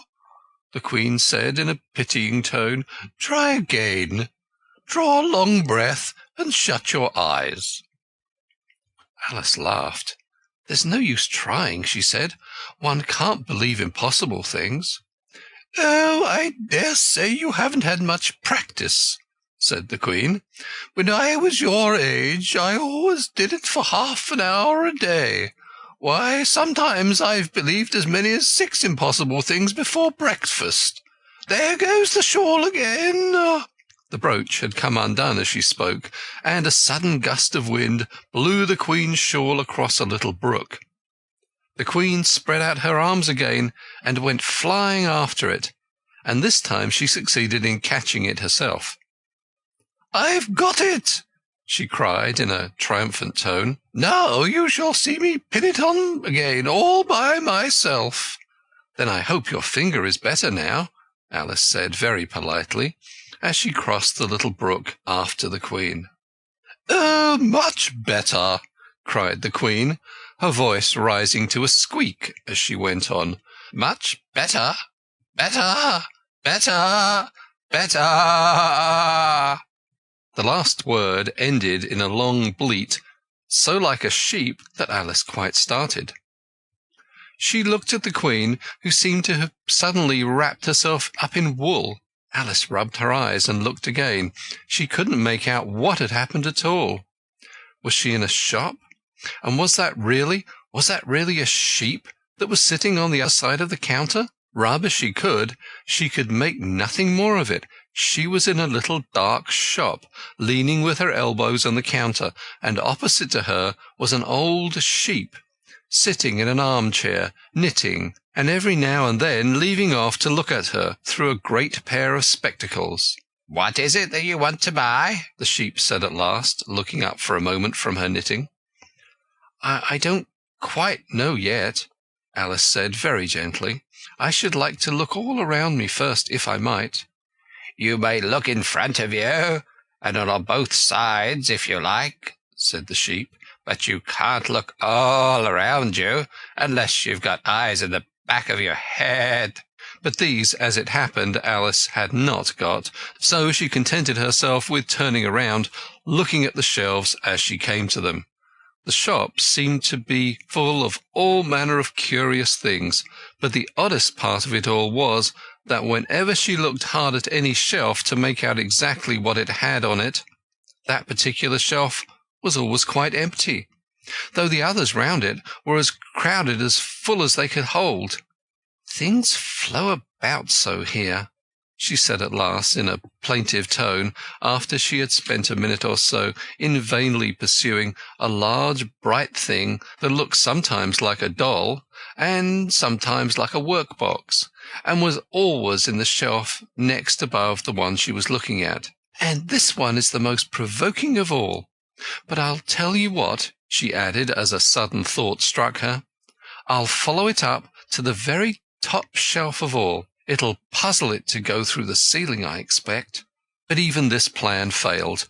The thing went through the ceiling as quietly as possible, as if it were quite used to it. "Are you a child or a teetotum?" the sheep said as she took up another pair of needles. "You'll make me giddy soon if you go on turning round like that." She was now working with 14 pairs at once, and Alice couldn't help looking at her in great astonishment. How can she knit with so many? The puzzled child thought to herself. She gets more and more like a porcupine every minute. "Can you row?" the sheep asked, handing her a pair of knitting needles as she spoke. "Yes, a little, but not on land, and not with needles," Alice was beginning to say, when suddenly the needles turned into oars in her hands, and she found they were in a little boat, gliding along between banks. So there was nothing for it but to do her best. "Feather!" cried the sheep, as she took up another pair of needles. This didn't sound like a remark that needed any answer, so Alice said nothing, but pulled away. There was something very queer about the water, she thought, as every now and then the oars got fast in it and would hardly come out again. "Feather! Feather!" the sheep cried again, taking more needles. "You'll be catching a crab directly." A dear little crab, thought Alice. I should like that. "Did you hear me say feather?" the sheep cried angrily, taking up quite a bunch of needles. Indeed I did," said Alice. "You've said it very often, and very loud. But please, where are the crabs?" "In the water, of course," said the sheep, sticking some of the needles into her hair, as her hands were very full. "Feather, I say." "Why do you say feather so often?" Alice asked at last, rather vexed. "I'm not a bird." "You are," said the sheep. "You're a little goose." This offended Alice a little, so there was no more conversation for a minute or two, while the boat glided gently on, sometimes among beds of weeds, which made the oars stick fast in the water worse than ever, and sometimes under trees, but always with the same tall river banks frowning over their heads. "Oh, please, there are some scented rushes!" Alice cried in a sudden transport of delight. "There really are, and such beauties!" "You needn't say 'please' to me about 'em," the sheep said, without looking up from her knitting. "I didn't put 'em there, and I'm not going to take 'em away." "No, but I meant, please, may we wait and pick some?" Alice pleaded, "if you don't mind stopping the boat for a minute." "How am I to stop it?" said the sheep. "If you leave off rowing, it'll stop itself." So the boat was left to drift down the stream as it would, till it glided gently in among the waving rushes. And then the little sleeves were carefully rolled up, and the little arms were plunged in elbow deep to get the rushes a good long way down before breaking them off. And for a while Alice forgot all about the sheep and the knitting, and she bent over the side of the boat, with just the ends of her tangled hair dipping into the water, while with bright eager eyes she caught at one bunch after another of the darling scented rushes. "I only hope the boat won't tipple over," she said to herself. "Oh, what a lovely one! Only I couldn't quite reach it, and it certainly did seem a little provoking, almost as if it happened on purpose," she thought, that though she managed to pick plenty of beautiful rushes as the boat glided by, there was always a more lovely one that she couldn't reach. "The prettiest are always further," she said at last, with a sigh at the obstinacy of those rushes in growing so far off, as with flushed cheeks and dripping hair and hands she scrambled back into her place and began to arrange her new-found treasures. What mattered it to her just then that the rushes had begun to fade and lose all their scent and beauty from the very moment she had picked them? Even real scented rushes, you know, last only a very little while, and these, being dream rushes, melted away almost like snow as they lay in heaps at her feet. But Alice hardly noticed this. There were so many other curious things to look about. They hadn't got much further before the blade of one of the oars got fast in the water and wouldn't come out again, so Alice explained it afterwards, and the consequence of this was that the handle of it caught her under the chin, and in spite of a series of little shrieks of "Oh, oh, oh!" from poor Alice, it swept her straight off the seat and down among the heaps of rushes. However, she wasn't hurt, and was soon up again. The sheep went on with her knitting all the while, just as if nothing had happened. "That was a nice crab you caught," she remarked as Alice got back into her place, very much relieved to find herself still in the boat. "Was it? I didn't see it," said Alice, peeping cautiously over the side of the boat into the dark water. "I wish I hadn't let it go. I should so like to see a little crab to take home with me." But the sheep only laughed scornfully and went on with her knitting. "Are there many crabs here?" said Alice. "Crabs and all sorts of things," said the sheep. "Plenty of choice. Only make up your mind. Now, what do you want to buy?" "To buy?" Alice echoed in a tone that was half astonished and half frightened, for the oars and the boat and the river had vanished in a moment, and she was back again in the little dark shop. "I should like to buy an egg, please," she said timidly. "How do you sell them?" "5 farthing for one, 2 for 2, the sheep replied. "Then 2 are cheaper than 1, Alice said in a surprised tone, taking out her purse. "Only you must eat them both if you buy 2, said the sheep. "Then I'll have 1, please," said Alice as she put the money down on the counter, for she thought to herself, they mightn't be at all nice, you know. The sheep took the money and put it away in a box. Then she said, "I'd never put things in people's hands. That would never do. You must get it for yourself." And so saying, she went off to the other end of the shop and set the egg upright on a shelf. "I wonder why it wouldn't do," thought Alice as she groped her way among the tables and chairs, for the shop was very dark toward the end. "The egg seems to get further away the more I walk towards it. Let me see, is this a chair? Why, it's got branches, I declare. How very odd to find trees growing here, and actually, here's a little brook. Why, this is the very queerest shop I ever saw." So she went on, wondering more and more at every step, as everything turned into a tree the moment she came up to it, and she quite expected the egg to do the same. Chapter 6. Humpty Dumpty. However, the egg only got larger and larger, and more human. When she had come within a few yards of it, she saw that it had eyes and a nose and a mouth, and when she had come close to it, she saw clearly that it was Humpty Dumpty himself. "It can't be anybody else," she said to herself.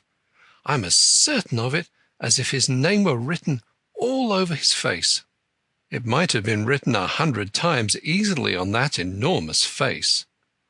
Humpty Dumpty was sitting with his legs crossed like a Turk on the top of a high wall, such a narrow one that Alice quite wondered how he could keep his balance, and as his eyes were steadily fixed in the opposite direction, and he didn't take the least notice of her, she thought he must be a stuffed figure after all. "And how exactly like an egg he is," she said aloud, standing with her hands ready to catch him, for she was every moment expecting him to fall. "It's very provoking," Humpty Dumpty said after a long silence, looking away from Alice as he spoke. "To be called an egg? Very." "I said you looked like an egg, sir," Alice gently explained. "And some eggs are very pretty, you know," she added, hoping to turn her remark into a sort of a compliment. "Some people," said Humpty Dumpty, looking away from her as usual, "have no more sense than a baby." Alice didn't know what to say to this. It wasn't at all like conversation, she thought, as he never said anything to her. In fact, his last remark was evidently addressed to a tree, so she stood and softly repeated to herself, "Humpty Dumpty sat on a wall. Humpty Dumpty had a great fall. All the king's horses and all the king's men couldn't put Humpty Dumpty in his place again. That last line is much too long for the poetry," she added almost out loud, forgetting that Humpty Dumpty could hear her. "Don't stand there chattering to yourself like that," Humpty Dumpty said, looking at her for the first time.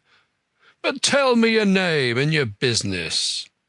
"My name is Alice, but—" "Oh, it's a stupid enough name," Humpty Dumpty interrupted impatiently. "What does it mean?" "Must a name mean something?" Alice asked doubtfully. "Of course it must," Humpty Dumpty said with a short laugh. "My name means the shape I am, and a good handsome shape it is too. With a name like yours you might be any shape almost." "Why do you sit out here all alone?" said Alice, not wishing to begin an argument. "Why, because there's nobody with me," cried Humpty Dumpty. "Do you think I didn't know the answer to that? Ask another." "Don't you think you'd be safer on the ground?" Alice went on, not with any idea of making another riddle, but simply in her good-natured anxiety for the queer creature. "That wall is so very narrow." "What tremendously easy riddles you ask!" Humpty Dumpty growled out. "Of course I don't think so. Why, if ever I did fall off, which there's no chance of, but If I did." Here he pursed his lips and looked so solemn and grand that Alice could hardly help laughing. "If I did fall," he went on, "the king has promised me with his very own mouth to send all his horses and all his men," Alice interrupted rather unwisely. "Now, I declare that's too bad," Humpty Dumpty cried, breaking into a sudden passion. "You've been listening at doors and behind trees and down chimneys, or you couldn't have known it." "I haven't indeed," Alice said very gently. "It's in a book." "Ah, well, they may write such things in a book," Humpty Dumpty said in a calmer tone. "That's what you call a history of England, that is. Now, take a good look at me. I'm one that has spoken to a king, I am. Mayhap you'll never see such another. And to show you I'm not proud, you may shake hands with me." And he grinned almost from ear to ear as he leant forwards, and as nearly as possible fell off the wall in doing so, and offered Alice his hand. She watched him a little anxiously as she took it. If he smiled much more, the ends of his mouth might meet behind, she thought, and then I don't know what would happen to his head. I'm afraid it would come off. "Yes, all his horses and all his men," Humpty Dumpty went on. "They'd pick me up again in a minute, they would. However, this conversation is going a little too fast. Let's go back to the last remark but one." I'm afraid I can't quite remember it," Alice said very politely. "In that case we start afresh," said Humpty Dumpty, "and it's my turn to choose a subject." "He talks about it just as if it was a game," thought Alice. "So here's a question for you. How old did you say you were?" Alice made a short calculation and said, 7 years and 6 months. "Wrong!" Humpty Dumpty exclaimed triumphantly. "You never said a word like it." "I thought you meant, how old are you?" Alice explained. "If I'd meant that, I'd have said it," said Humpty Dumpty. Alice didn't want to begin another argument, so she said nothing. 7 years and 6 months, Humpty Dumpty repeated thoughtfully. "An uncomfortable sort of age. Now, if you'd asked my advice, I'd have said leave off at 7. But it's too late now." "I never ask advice about growing," Alice said indignantly. "Too proud?" the other inquired. Alice felt even more indignant at this suggestion. "I mean," she said, "that one can't help growing older." "One can't, perhaps," said Humpty Dumpty, "but 2 can. With proper assistance, you might have left off at 7. "What a beautiful belt you've got on," Alice suddenly remarked. They had had quite enough of the subject of age, she thought, and if they really were to take turns in choosing subjects, it was her turn now. At least, she corrected herself on second thoughts. A beautiful cravat, I should have said. No, a belt, I mean. I beg your pardon, she added in dismay, for Humpty Dumpty looked thoroughly offended, and she began to wish she hadn't chosen that subject. If I only knew, she thought to herself, which was neck and which was waist. Evidently Humpty Dumpty was very angry, though he said nothing for a minute or two. When he did speak again, it was in a deep growl. "It is a most provoking thing," he said at last, "when a person doesn't know a cravat from a belt." "I know it's very ignorant of me," Alice said in so humble a tone that Humpty Dumpty relented. "It's a cravat, child, and a beautiful one, as you say. It's a present from the White King and Queen. There now." "Is it really?" said Alice, quite pleased to find that she had chosen a good subject after all. "They gave it to me," Humpty Dumpty continued thoughtfully as he crossed one knee over the other and clasped his hands around it. "They gave it to me for an unbirthday present." "I beg your pardon?" Alice said with a puzzled air. "I'm not offended," said Humpty Dumpty. "I mean, what is an unbirthday present?" "A present given when it isn't your birthday, of course." Alice considered a little. "I like birthday presents best," she said at last. "I don't know what you're talking about," cried Humpty Dumpty. "How many days are there in a year?" 365, said Alice. "And how many birthdays have you?" 1. "And if you take 1 from 365, what remains?" 364, of course. Humpty Dumpty looked doubtful. "I'd rather see that done on paper," he said. Alice couldn't help smiling as she took out her memorandum book and worked the sum for him. 365 minus 1 leaves 364. Humpty Dumpty took the book and looked at it carefully. "That seems to be done right," he began. "You're holding it upside down," Alice interrupted. "To be sure I was," Humpty Dumpty said gaily as she turned it around for him. "I thought it looked a little queer. As I was saying, that seems to be done right, though I haven't time to look over it thoroughly just now, and that shows that there are 364 days when you might get unbirthday presents." "Certainly," said Alice. "And only 1 for birthday presents, you know. There's glory for you." "I don't know what you mean by glory," Alice said. Humpty Dumpty smiled contemptuously. "Of course you don't till I tell you. I meant there's a nice knock-down argument for you." "But glory doesn't mean a nice knock-down argument," Alice objected. "When I use a word," Humpty Dumpty said in a rather scornful tone, "it means just what I choose it to mean, neither more nor less." "The question is," said Alice, "whether you can make words mean so many different things." "The question is," said Humpty Dumpty, "which is to be master, that's all."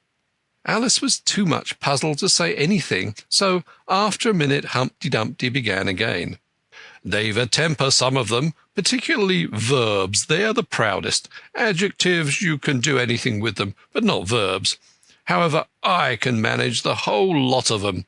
Impenetrability, that's what I say." "Would you tell me, please," said Alice, "what that means?" "Now you talk like a reasonable child," said Humpty Dumpty, looking very much pleased. "I meant by impenetrability that we've had enough of that subject, and it would be just as well if you mention what you mean to do next, as I suppose you don't mean to stop here all the rest of your life." "That's a great deal to make one word mean," Alice said in a thoughtful tone. "When I make a word do a lot of work like that," said Humpty Dumpty, "I always pay it extra." "Oh," said Alice. She was much too puzzled to make any other remark. "Ah, you should see 'em coming round me of a Saturday night," Humpty Dumpty went on, wagging his head gravely from side to side, "for to get their wages, you know." Alice didn't venture to ask what he paid them with, so you can see I can't tell you. "You seem very clever at explaining words, sir," said Alice. "Would you kindly tell me the meaning of the poem called Jabberwocky?" "Let's hear it. I can explain all the poems that were ever invented, and a good many that haven't been invented just yet." This sounded very hopeful, so Alice repeated the first verse. "'Twas brillig, and the slithy toves did gyre and gimble in the wabe. All mimsy were the borogoves, and mome raths outgrabe." "That's enough to begin with," Humpty Dumpty interrupted. "There are plenty of hard words there. Brillig means 4 o'clock in the afternoon, the time when you begin broiling things for dinner." "That'll do very well," said Alice. "And slithy?" "Well, slithy means lithe and slimy. Lithe is the same as active. You see, it's like a portmanteau. There are 2 meanings packed up into one word." "I see it now," Alice remarked thoughtfully. And what are toves? Well, toves are something like badgers, they're something like lizards, and they're something like corkscrews. They must be very curious-looking creatures. They are that, said Humpty Dumpty. Also, they make their nests under sundials. Also, they live on cheese. And what's the gyre and to gimble? To gyre is to go round and round like a gyroscope. To gimble is to make holes like a gimlet. And the wave is the grass plot round the sundial, I suppose, said Alice, surprised at her own ingenuity. It's called wave, you know, because it goes a long way before it and a long way behind it. And a long way beyond it on each side, Alice answered. Exactly so. Well then, mimsy is flimsy and miserable. There's another portmanteau for you. And a borough is a thin, shabby-looking bird with its feathers sticking out all around, something like a live mop. And then mome raths, said Alice. I'm afraid I'm giving you a great deal of trouble. Well, a rath is a sort of green pig, but mome I'm not certain about. I think it's short for from home, meaning that they lost their way, you know. And what does outgrabe mean? Well, outgrabing is something between bellowing and whistling, with a kind of sneeze in the middle. However, you'll hear it done, maybe, down in the wood yonder, and when you've once heard it, you'll be quite content. Who's been repeating all that hard stuff to you? I read it in a book, said Alice, but I had some poetry repeated to me, much easier than that, by Tweedledee, I think it was. As to poetry, you know, said Humpty Dumpty, stretching out one of his great hands, I can repeat poetry as well as other folk, if it comes to that. Oh, it needn't come to that, Alice hastily said, hoping to keep him from beginning. The piece I'm going to repeat, he went on without noticing her remark, was written entirely for your amusement. Alice felt that, in that case, she really ought to listen to it, so she sat down and said, "Thank you," rather sadly. In winter, when the fields are white, I sing this song for your delight. Only I don't sing it, he added as an explanation. I see you don't, said Alice. If you could see whether I'm singing or not, you've sharper eyes than most, Humpty Dumpty remarked severely. In spring, when woods are getting green, I'll try and tell you what I mean. Thank you very much, said Alice. In summer, when the days are long, perhaps you'll understand the song. In autumn, when the leaves are brown, take pen and ink and write it down. I will if I can remember it so long, said Alice. You needn't go on making remarks like that, Humpty Dumpty said. They're not sensible, and they put me out. I sent a message to the fish. I told them, this is what I wish. The little fishes of the sea, they sent an answer back to me. The little fish's answer was, we cannot do it, sir, because... I'm afraid I don't quite understand, said Alice. It gets easier further on, Humpty Dumpty replied. I sent it to them again to say, it will be better to obey. The fishes answered with a grin, why, what a temper you are in! I told them once, I told them twice, they would not listen to advice. I took a kettle large and new, fit for the deed I had to do. My heart went hop, my heart went thump, I filled the kettle at the pump. Then someone came to me and said, the little fishes are in bed. I said to him, I said it plain, then you must wake them up again. I said it very loud and clear, I went and shouted in his ear. Humpty Dumpty raised his voice almost to a scream as he repeated this verse, and Alice thought with a shudder, I wouldn't have been the messenger for anything. But he was very stiff and proud. He said, you needn't shout so loud. And he was very proud and stiff. He said, I'd go and wake them if... I took a corkscrew from the shelf. I went to wake them up myself. and when I found the door was locked, I pulled and pushed and kicked and knocked, and when I found the door was shut, I tried to turn the handle, but—" There was a long pause. "Is that all?" Alice timidly asked. "That's all," said Humpty Dumpty. "Goodbye."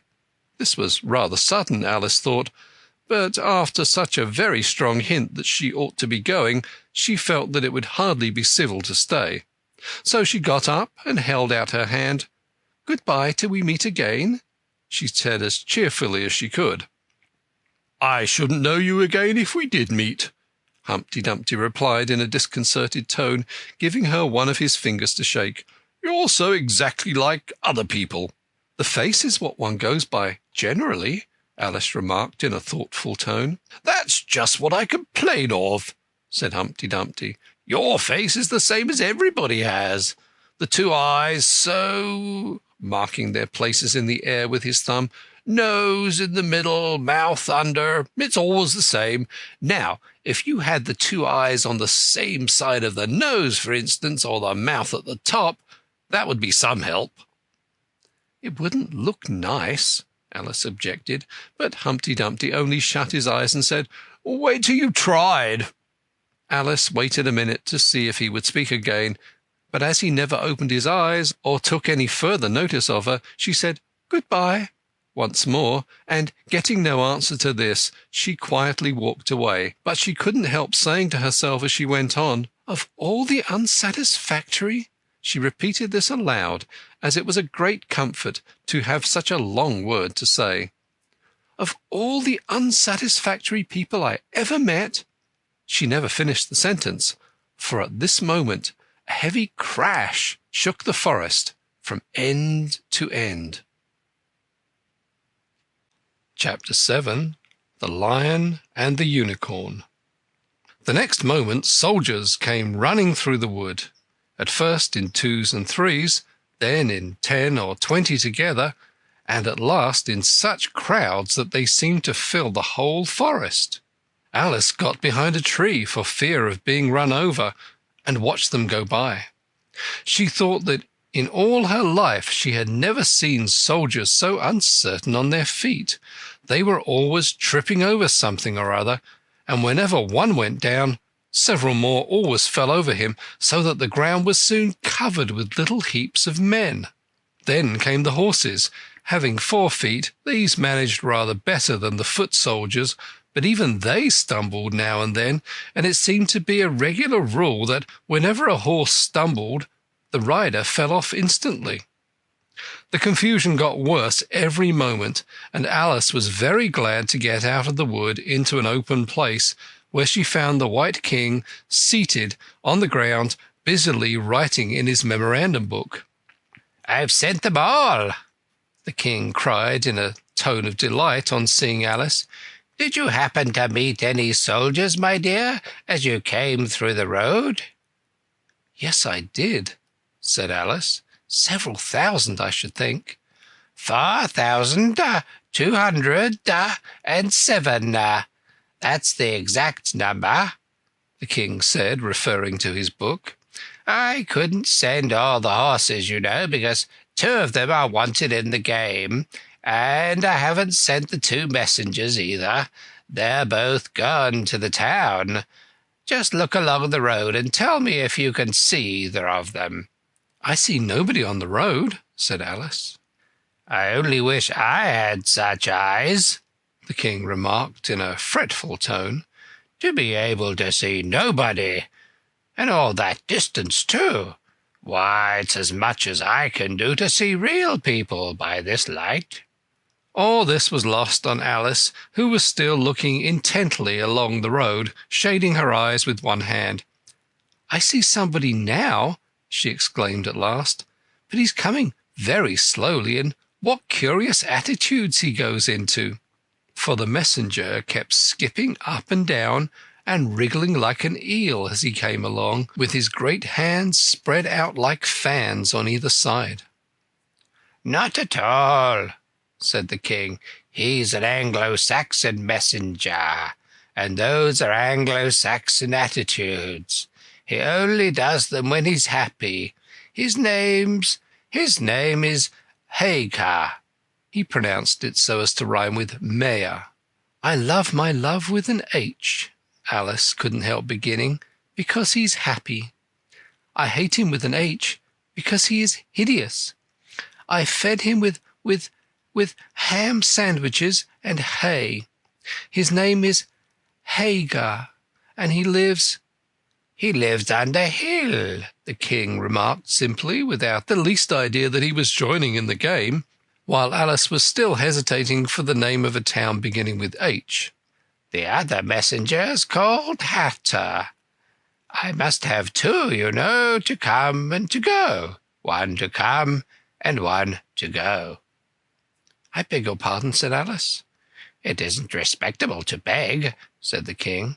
I only meant that I didn't understand, said Alice. Why one to come and one to go? Didn't I tell you? The king repeated impatiently.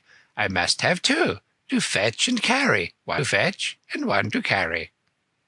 At this moment the messenger arrived. He was far too much out of breath to say a word, and could only wave his hands about and make the most fearful faces at the poor king. This young lady loves you with an H, the king said, introducing Alice in the hope of turning off the messenger's attention from himself, but it was no use. The Anglo-Saxon attitudes only got more extraordinary every moment, while the great eyes rolled wildly from side to side. You alarm me, said the king. I feel faint. Give me a ham sandwich. At which the messenger, to Alice's great amusement, opened a bag that hung around his neck and handed a sandwich to the king, who devoured it greedily. Another sandwich, said the king. There is nothing but hay left now, the messenger said, peeping into the bag. Hay, then, the king murmured in a faint whisper. Alice was glad to see that it revived him a great deal. There's nothing like eating hay when you're faint, he remarked to her as he munched away. I should think throwing cold water over you would be better, Alice suggested, or some sal volatile. I didn't say there was nothing better, the king replied. I said there was nothing like it, which Alice did not venture to deny. Who did you pass on the road?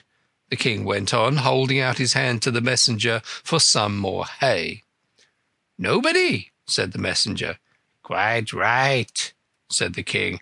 This young lady saw him too. So, of course, nobody walks slower than you. I do my best, the messenger said in a sulky tone. I'm sure nobody walks much faster than I do. He can't do that, said the king, or else he'd have been here fast.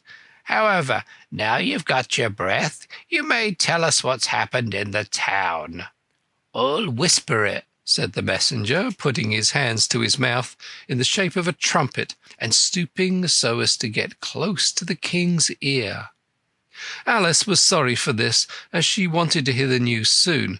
However, instead of whispering, he simply shouted at the top of his voice, They're at it again! Do you call that a whisper? Cried the poor king, jumping up and shaking himself. If you do such a thing again, I'll have you buttered.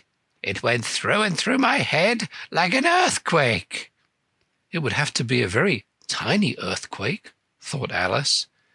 Who are at it again? She ventured to ask. Why, the lion and the unicorn, of course, said the king. Fighting for the crown? Yes, to be sure, said the king. And the best of the joke is that it's my crown all the while. Let's run and see them. And they trotted off, Alice repeating to herself as she ran the words of the old song. The lion and the unicorn were fighting for the crown.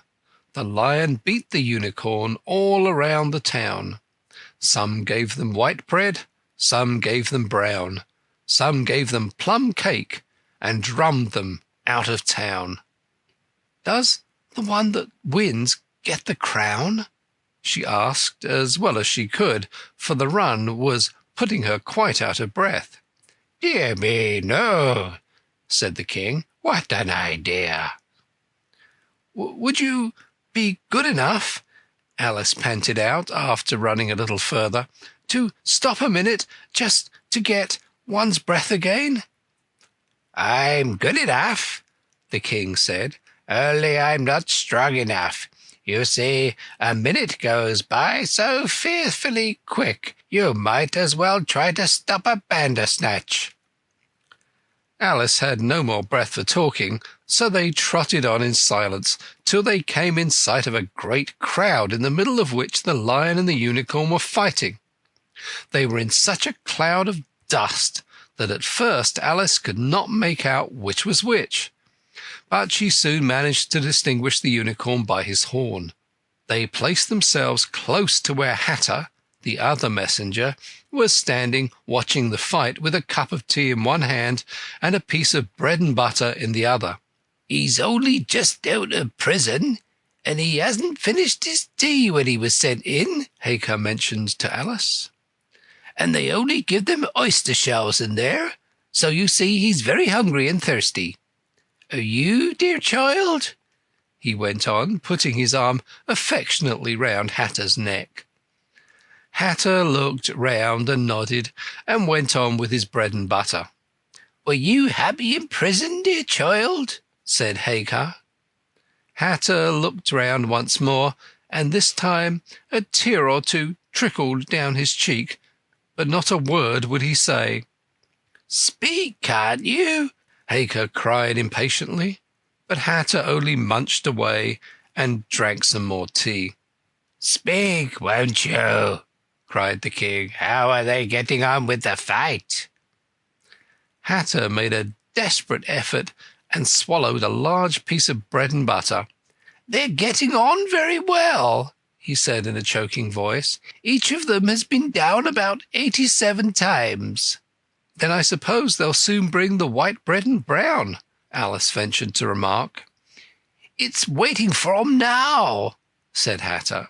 "This is a bit of it I'm eating." There was a pause in the fight just then, and the lion and the unicorn sat down panting, while the king called out, 10 minutes allowed for refreshments." Hagar and Hatter set to work at once, carrying rough trays of white and brown bread. Alice took a piece to taste, but it was very dry.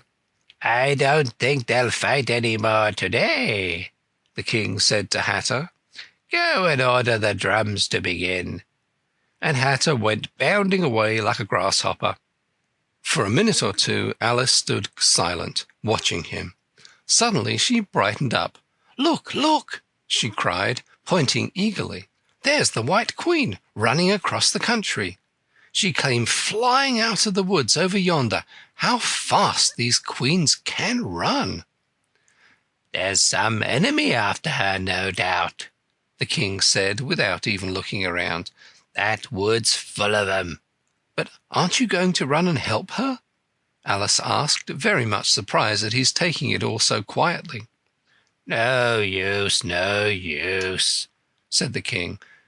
"She runs so fearfully quick, you might as well try to catch a bandersnatch. But I'll make a memorandum about her, if you like. She's a dear, good creature," he repeated softly to himself as he opened his memorandum book. "Do you spell creature with a double E?" At this moment the unicorn sauntered by them, with his hands in his pockets.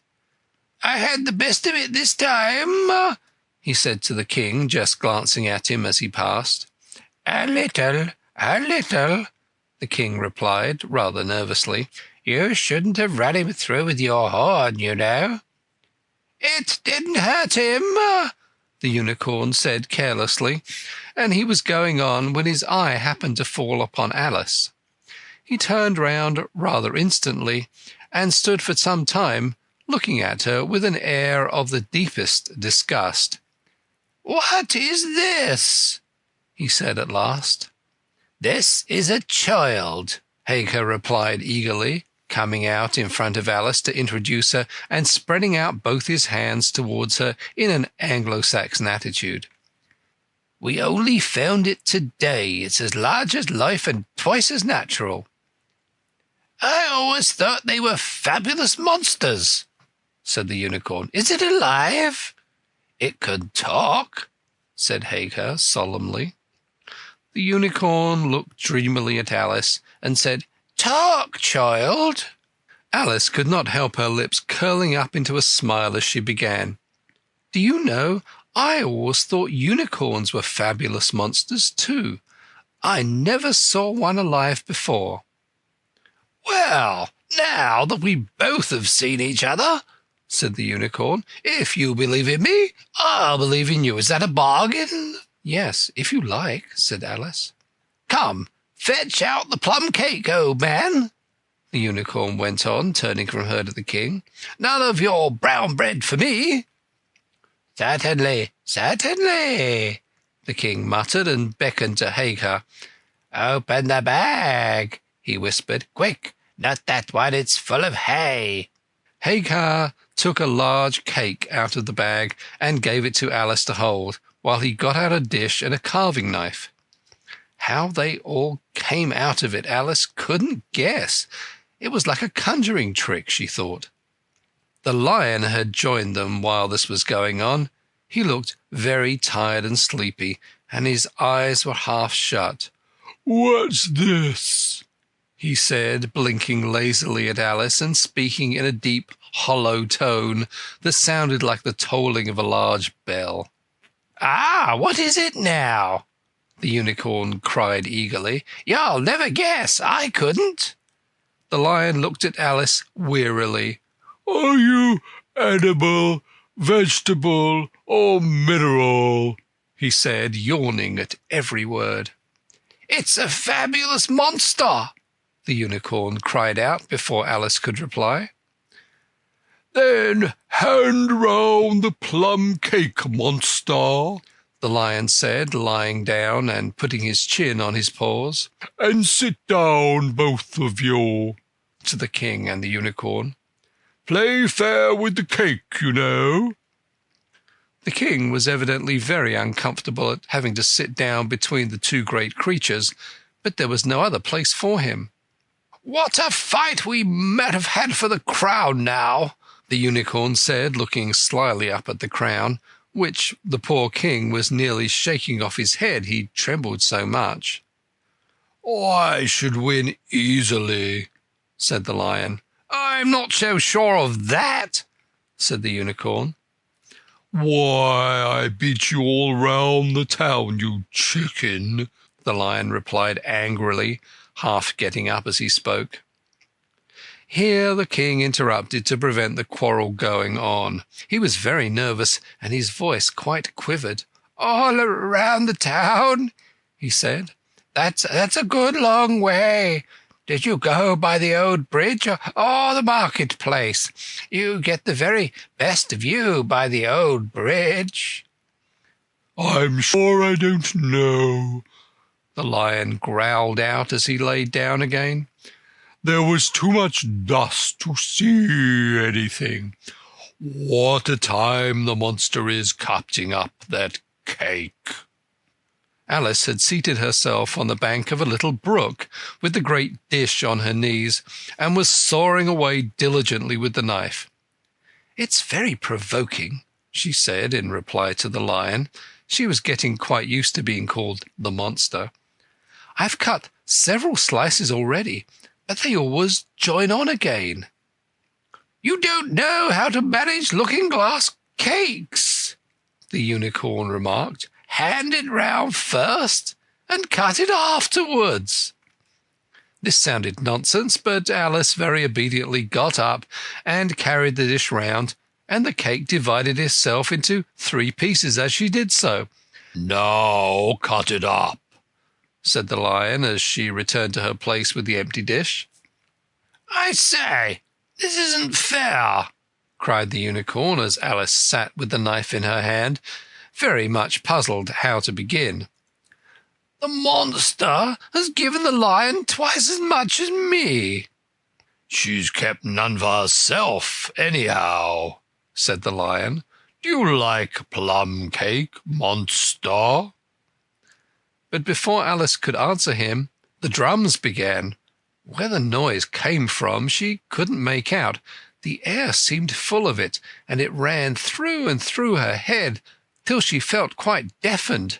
She started to her feet and sprang across the little brook in her terror, and had just time to see the lion and the unicorn rise to their feet with angry looks at being interrupted in their feast, before she dropped to her knees and put her hands over her ears, vainly trying to shut out the dreadful uproar. "If that doesn't drum them out of town," she thought to herself, "nothing ever will." Chapter 8. It's My Own Invention. After a while the noise seemed gradually to die away, till all was dead silence, and Alice lifted up her head in some alarm. There was no one to be seen, and her first thought was that she must have been dreaming about the lion and the unicorn and those queer Anglo-Saxon messages. However, there was the great dish still lying at her feet, on which she had tried to cut the plum cake. "So I wasn't dreaming after all," she said to herself, unless we're all part of the same dream. Only I do hope it's my dream and not the Red King's. I don't like belonging to another person's dream," she went on in rather a complaining tone. "I've got a great mind to go and wake him and see what happens." At this moment her thoughts were interrupted by a loud shouting of "Ahoy, ahoy, check!" and a knight dressed in crimson armour came galloping down upon her, brandishing a great club. Just as he reached her, the horse stopped suddenly. "You're my prisoner!" the knight cried as he tumbled off his horse. Startled as she was, Alice was more frightened for him than for herself at the moment, and watched him with some anxiety as he mounted again. As soon as he was comfortably in the saddle, he began once more, "You're my—" But here another voice broke in, "Ahoy, ahoy, check!" and Alice looked round in some surprise for the new enemy. This time it was a white knight. He drew up at Alice's side and tumbled off his horse just as the red knight had done. Then he got on again, and the two knights sat and looked at each other for some time without speaking. Alice looked from one to the other in some bewilderment. "She's my prisoner, you know," the red knight said at last. "Yes, but then I came and rescued her," the white knight replied. "Well, we must fight for her then," as he took up his helmet, which hung from the saddle and was something in the shape of a horse's head, and put it on. "You will observe the rules of battle, of course," the white knight remarked, putting on his helmet too. "I always do," said the red knight, and they began banging away at each other with such fury that Alice got behind a tree to be out of the way of the blows.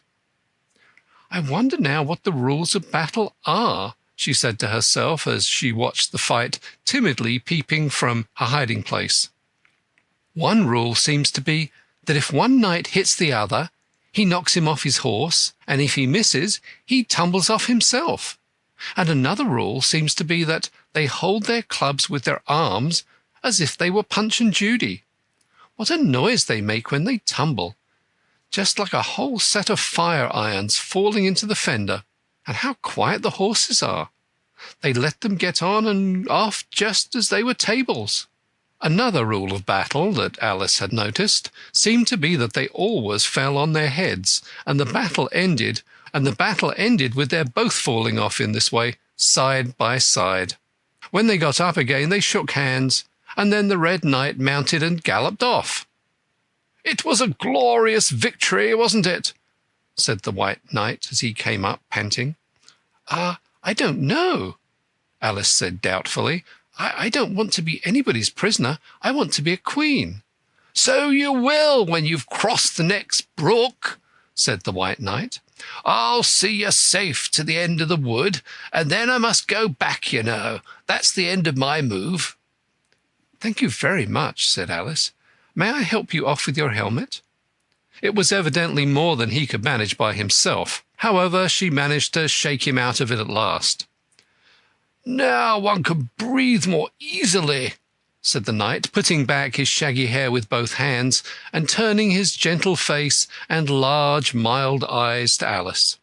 She thought she had never seen such a strange-looking soldier in all her life. He was dressed in tin armour, which seemed to fit him very badly, and he had a queer-shaped little deal box that fastened across his shoulder upside down with the lid hanging open. Alice looked at it with great curiosity. "I see you're admiring my little box," the knight said in a friendly tone. "It's my own invention to keep clothes and sandwiches in. You see, I carry it upside down so that the rain can't get in." "But the things can get out," Alice gently remarked. "Do you know the lid's open?" "I didn't know it," the knight said, in a shade of vexation passing over his face. "Then all the things must have fallen out, and the box is no use without them." He unfastened it as he spoke, and was just going to throw it into the bushes when a sudden thought seemed to strike him, and he hung it carefully on a tree. "Can you guess why I did that?" he said to Alice. Alice shook her head. "In hopes some bees may make a nest in it. Then I should get the honey." "But you've got a beehive or something like one fastened to the saddle," said Alice. "Yes, it's a very good beehive," the knight said in a discontented tone. "One of the best kind, but not a single bee has come near it yet. And the other thing is a mouse trap. I suppose the mice keep the bees out, or the bees keep the mice out. I don't know which." "I was wondering what the mouse trap was for," said Alice. "It isn't very likely there would be any mice on the horse's back." "Not very likely, perhaps," said the knight. "But if they do come, I don't choose to have them running all about. You see," he went on after a pause, "it's as well to be provided for everything. That's the reason the horse has all those anklets round his feet." "But what are they for?" Alice asked in a tone of great curiosity. "To guard against the bites of sharks," the knight replied. "It's an invention of my own. And now, help me on. I'll go with you to the end of the wood. What's the dish for?" "It's meant for plum cake," said Alice. "We'd better take it with us," the knight said. "It'll come in handy if we find any plum cake. Help me get it into this bag." This took a very long time to manage, though Alice held the bag open very carefully, because the knight was so very awkward in putting in the dish. The first 2 or 3 times that he tried, he fell in himself instead. "It's rather a tight fit, you see," he said, as they got it in at last. "There are so many candlesticks in the bag." And he hung it to the saddle, which was already loaded with bunches of carrots and fire-irons and many other things. "I hope you've got your hair well fastened on," he continued as they set off. "Only in the usual way," Alice said, smiling. "That's hardly enough," he said anxiously. "You see, the wind is so very strong here. It's as strong as soup." "Have you invented a plan for keeping the hair from being blown off?" Alice inquired. "Not yet," said the knight, "but I've got a plan for keeping it from falling off." "I should like to hear it very much." "First you take an upright stick," said the knight. "Then you make your hair creep up it like a fruit tree. Now, the reason the hair falls off is because it hangs down. Things never fall upwards, you know. It's a plan of my own invention. You may try it if you like." It didn't sound a comfortable plan, Alice thought, and for a few minutes she walked on in silence, puzzling over the idea, and every now and then stopping to help the poor knight, who certainly was not a good rider. Whenever the horse stopped, which it did very often, he fell off in front, and whenever it went on again, which it generally did rather suddenly, he fell off behind. Otherwise he kept on pretty well, except that he had a habit of now and then falling off sideways, and as he generally did this on the side on which Alice was walking, she soon found that it was the best plan not to walk quite close to the horse. "I'm afraid you've not had much practice in riding," she ventured to say, as she was helping him up from his 5th tumble. The knight looked very much surprised and a little offended at the remark. "What makes you say that?" he asked as he scrambled back into the saddle, keeping hold of Alice's hair with one hand to save himself from falling over on the other side. "Because people don't fall off quite so often when they've had much practice." "Oh, I've had plenty of practice," the knight said very gravely. "Plenty of practice." Alice could think of nothing better to say than "Indeed," but she said it as heartily as she could. They went on a little way in silence after this, the knight with his eyes shut, muttering to himself, and Alice watching anxiously for the next tumble. "The great art of riding," the knight suddenly began in a loud voice, waving his right arm as he spoke, "is to keep—" Here the sentence ended as suddenly as it had begun, as the knight fell heavily on the top of his head exactly in the path where Alice was walking. She was quite frightened this time, and said in an anxious tone as she picked him up, "I hope no bones are broken." "None to speak of," the knight said, as if he didn't mind breaking 2 or 3 of them. "The great art of riding, as I was saying, is to keep your balance properly. Like this, you know." He let go the bridle and stretched out both his arms to show Alice what he meant, and this time he fell flat on his back, right under the horse's feet. "Plenty of practice," he went on repeating all the time that Alice was getting him on his feet again. "Plenty of practice." "It's too ridiculous," cried Alice, losing all her patience this time. "You ought to have a wooden horse on wheels, that you ought." "Does that kind go smoothly?" the knight asked in a tone of great interest, clasping his arms around the horse's neck as he spoke, just in time to save himself from tumbling off again. "Much more smoothly than a live horse," Alice said, with a little scream of laughter, in spite of all she could do to prevent it. "I'll get one," the knight said thoughtfully to himself. "1 or 2, several." There was a short silence after this, and then the knight went on again. "I'm a great hand at inventing things. Now, I dare say you noticed that last time you picked me up that I was looking rather thoughtful." "You were a little grave," said Alice. "Well, just then I was inventing a new way of getting over a gate. Would you like to hear it?" "Very much indeed," Alice said politely.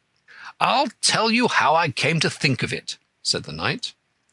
"You see, I said to myself, the only difficulty is with the feet. The head is high enough already. Now, first I put my head on the top of the gate. Then I stand on my head. Then the feet are high enough, you see. Then I'm over, you see." "Yes, I suppose you'd be over when that was done," Alice said thoughtfully. "But don't you think it would be rather hard?" "I haven't tried it yet," the knight said gravely, "so I can't tell for certain, but I'm afraid it would be a little hard." He looked so vexed at the idea that Alice changed the subject hastily. "What a curious helmet you've got," she said cheerfully. "Is that your invention too?" The knight looked down proudly at his helmet, which hung from the saddle. "Yes," he said, "but I've invented a better one than that, like a sugar loaf. When I used to wear it, if I fell off the horse, it always touched the ground directly, so I had a very little way to fall, d'ye see? But there was the danger of falling into it, to be sure. That happened to me once, and the worst of it was, before I could get out again, the other white knight came. He thought it was his own helmet." The knight looked so solemn about it that Alice did not dare to laugh. "I'm afraid you must have hurt him," she said in a trembling voice, "being on the top of his head." "I had to kick him, of course," the knight said very seriously, "and then he took the helmet off again, but it took hours and hours to get me out. I was as fast as lightning, you know." But that's a different kind of fastness," Alice objected. The knight shook his head. "It was all kinds of fastness with me, I can assure you," he said. He raised his hand in some excitement as he said this, and instantly rolled out of the saddle and fell headlong into a deep ditch. Alice ran to the side of the ditch to look for him. She was rather startled by the fall, as for some time he had kept on very well, and she was afraid that he really was hurt this time.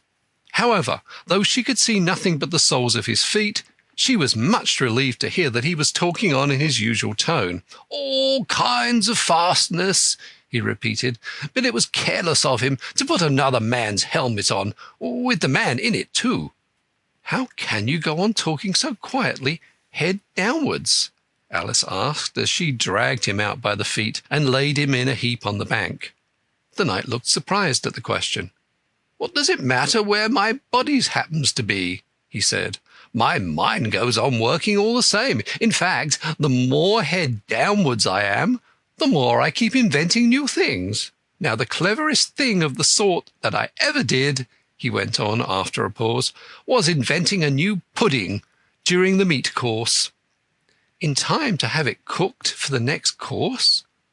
said Alice. "Well, not the next course," the knight said in a slow, thoughtful tone. "No, certainly not the next course." "Then it would have to be the next day. I suppose you wouldn't have 2 pudding courses in one dinner?" "Well, not the next day," the knight repeated as before. "Not the next day. In fact," he went on, holding his head down and his voice getting lower and lower, "I don't believe the pudding ever was cooked. In fact, I don't believe that pudding ever will be cooked. And yet it was a very clever pudding to invent." "What did you mean it to be made of?" Alice asked, hoping to cheer him up, for the poor knight seemed quite low-spirited about it. "It began with blotting paper," the knight answered with a groan. "That wouldn't be very nice, I'm afraid." "No, not very nice alone," he interrupted quite eagerly. "But you've no idea what a difference it makes mixing it with other things, such as gunpowder and sealing wax. And here I must leave you." They had just come to the end of the wood. Alice could only look puzzled. She was thinking of the pudding. "You are sad," the knight said in an anxious tone.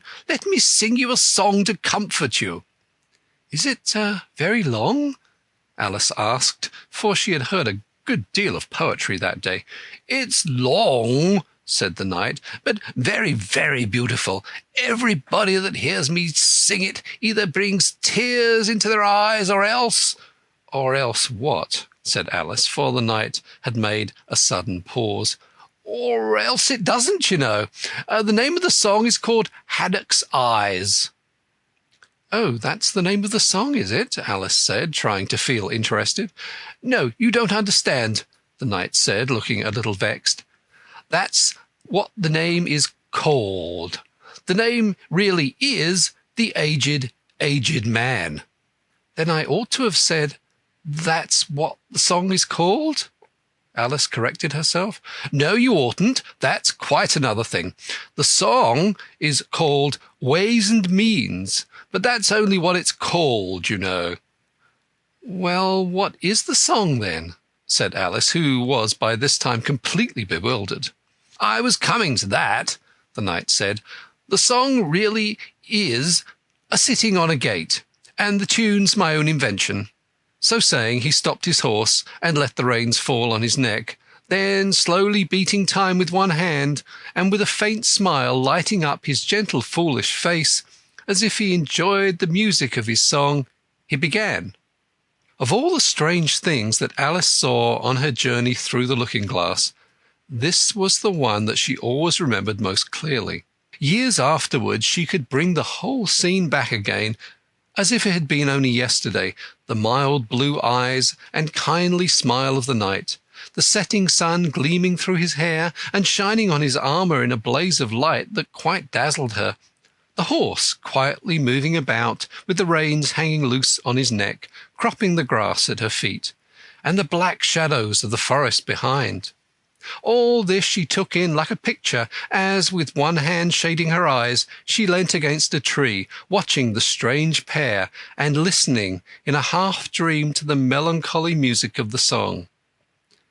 "But the tune isn't his own invention," she said to herself. "It's 'I give thee all, I can no more.'"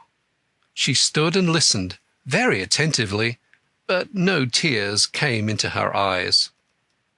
"I'll tell thee everything I can, there's little to relate. I saw an aged man a-sitting on the gate. 'Who are you, aged man?' I said, 'and how is it you live?' And his answer trickled through my head like water through a sieve.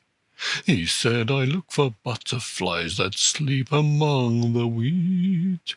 I make them into mutton pies and sell them in the street. I sell them unto men,' he said, 'who sail on stormy seas, and that's the way I get my bread, a trifle if you please. But I was thinking of a plan to dye one's whiskers green, and always use so large a fan that they could not be seen.' So having no reply to give to what the old man said, I cried, 'Come tell me how you live,' and thumped him on the head. His accents mild took up the tale. He said, 'I go my ways, and when I find a mountain rill, I set it in a blaze, and thence they make a stuff they call Rowland's Macassar oil. Yet twopence halfpenny's all they give me for my toil.' But I was thinking of a way to feed oneself on batter, and so go on from day to day, getting a little fatter. I shook him well from side to side until his face was blue. 'Come tell me how you live,' I cried, 'and what it is you do.' He said, 'I hunt for haddocks' eyes among the heather bright, and work them into waistcoat buttons in the silent night. And these I do not sell for gold or coin of silvery shine, but for a copper halfpenny, and that will purchase 9. I sometimes dig for buttered rolls, or set limed twigs for crabs. I sometimes search the grassy knolls for wheels of hansom cabs. And that's the way," he gave a wink, "by which I get my wealth, and very gladly will I drink your honour's noble health." I heard him then, for I had just completed my design to keep the Menai Bridge from rust by boiling it in wine. I thanked him much for telling me the way he got his wealth, but chiefly for his wish that he might drink my noble health. And now if e'er by chance I put my fingers into glue, or madly squeeze a right-hand foot into a left-hand shoe, or if I drop upon my toe a very heavy weight, I weep, for it reminds me so of that old man I used to know, whose look was mild, whose speech was slow, whose hair was whiter than the snow, whose face was very like a crow, with eyes like cinders all aglow, who seemed distracted with his woe, who rocked his body to and fro, and muttered mumbling and low, as if his mouth were full of dough, who snorted like a buffalo. That summer evening long ago, sitting on a gate. As the knight sang the last words of the ballad, he gathered up the reins and turned his horse's head along the road by which they had come. "You've only a few yards to go," he said, "down the hill and over that little brook. Then you'll be a queen. But you'll stay and see me off first," he added, as Alice turned with an eager look in the direction to which he pointed. "I shan't be long. You'll wait and wave your handkerchief when I get to that turn in the road. I think it'll encourage me, you see." "Of course I'll wait," said Alice, "and thank you very much for coming so far, and for the song. I liked it very much." "I hope so," the knight said doubtfully, "but you didn't cry so much as I thought you would." So they shook hands, and the knight rode slowly away into the forest. "It won't take long to see him off, I suspect," Alice said to herself as she stood watching him. "There he goes, right on his head as usual. However, he gets on again pretty easily. That comes of having so many things hung around the horse." So she went on talking to herself as she watched the horse walking leisurely down the road, and the knight tumbling off, first on one side and then on the other. After the fourth or fifth tumble he reached the turn, and then she waved her handkerchief at him and waited till he was out of sight. "I hope it encouraged him," she said, as she turned to run down the hill. "And now for the very last brook, and to be a queen. How grand it sounds!" A very few steps brought her to the edge of the brook. "The 8th square at last!" she cried as she bounded across, and threw herself down to rest on a lawn as soft as moss, with little flower beds dotted about it here and there. "Oh, how glad I am to get here! And what is this on my head?" she exclaimed in a tone of dismay, as she put her hands up to something very heavy and fitted tight all around her head. "But how can it have got here without my knowing?" she said to herself as she lifted it off and set it on her lap to make out what it possibly could be. It was a golden crown.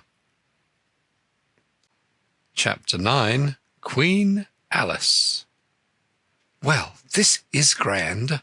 I never expected I should be a queen so soon, and I'll tell you what it is, your Majesty," she went on in a severe tone. She was always rather fond of scolding herself. "It'll never do for you to be lolling about on the grass like that. Queens have to be dignified, you know." So she got up and walked about, rather stiffly just at first, as she was afraid that the crown might come off, but she comforted herself with the thought that there was no one to see her. "And if I really am a queen," she said as she sat down again, "I shall be able to manage it quite well in time." Everything was happening so oddly that she didn't feel a bit surprised at finding the Red Queen and the White Queen sitting close to her, one on each side.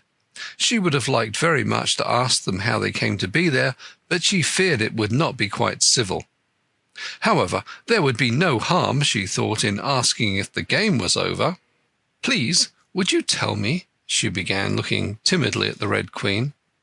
"Speak when you're spoken to," the Queen sharply interrupted her. "But if everybody obeyed that rule," said Alice, who was always ready for a little argument, "and if you only spoke when you were spoken to, and the other person always waited for you to begin, you see, nobody would ever say anything, so that—" "Ridiculous," said the Queen. "Why, don't you see, child?" And here she broke off with a frown, and after thinking for a minute, suddenly changed the subject of the conversation. "What do you mean? If you really are a queen, what right have you to call yourself so? You can't be a queen, you know, till you've passed the proper examination, and the sooner we begin it, the better." "I only said if," poor Alice pleaded in a piteous tone. The two queens looked at each other, and the Red Queen remarked with a little shudder, "She says she only said if, but she said a great deal more than that." The White Queen moaned, wringing her hands. "Oh, ever so much more than that." "So you did, you know," the Red Queen said to Alice. "Always speak the truth. Think before you speak, and write it down afterwards." "I'm sure I didn't mean—" Alice was beginning, but the Red Queen interrupted her impatiently. "That's just what I complain of. You should have meant. What do you suppose the use of a child without any meaning? Even a joke should have some meaning, and a child's more important than a joke, I hope. You couldn't deny that, even if you tried with both hands." "I don't deny things with my hands," Alice objected. "Nobody said you did," said the Queen. "I said you couldn't if you tried." "She's in that state of mind," said the White Queen, "that she wants to deny something, only she doesn't know what to deny." "A nasty, vicious temper," the Red Queen remarked, and then there was an uncomfortable silence for a minute or two. The Red Queen broke the silence by saying to the White Queen, "I invite you to Alice's dinner party this afternoon." The White Queen smiled feebly and said, "And I invite you." "I didn't know I was to have a party at all," said Alice. "But if there's to be one, I think I ought to invite the guests." "We gave you the opportunity of doing it," the Red Queen remarked, "but I dare say you've not had many lessons in manners yet." "Manners are not taught in lessons," said Alice. "Lessons teach you to do sums and things of that sort." "And do you do addition?" the White Queen asked. "What's 1 and 1 and 1 and 1 and 1 and 1 and 1 and 1 and 1?" "I don't know," said Alice. "I lost count." "She can't do addition," the Red Queen interrupted. "Can you do subtraction? Take 9 from 8.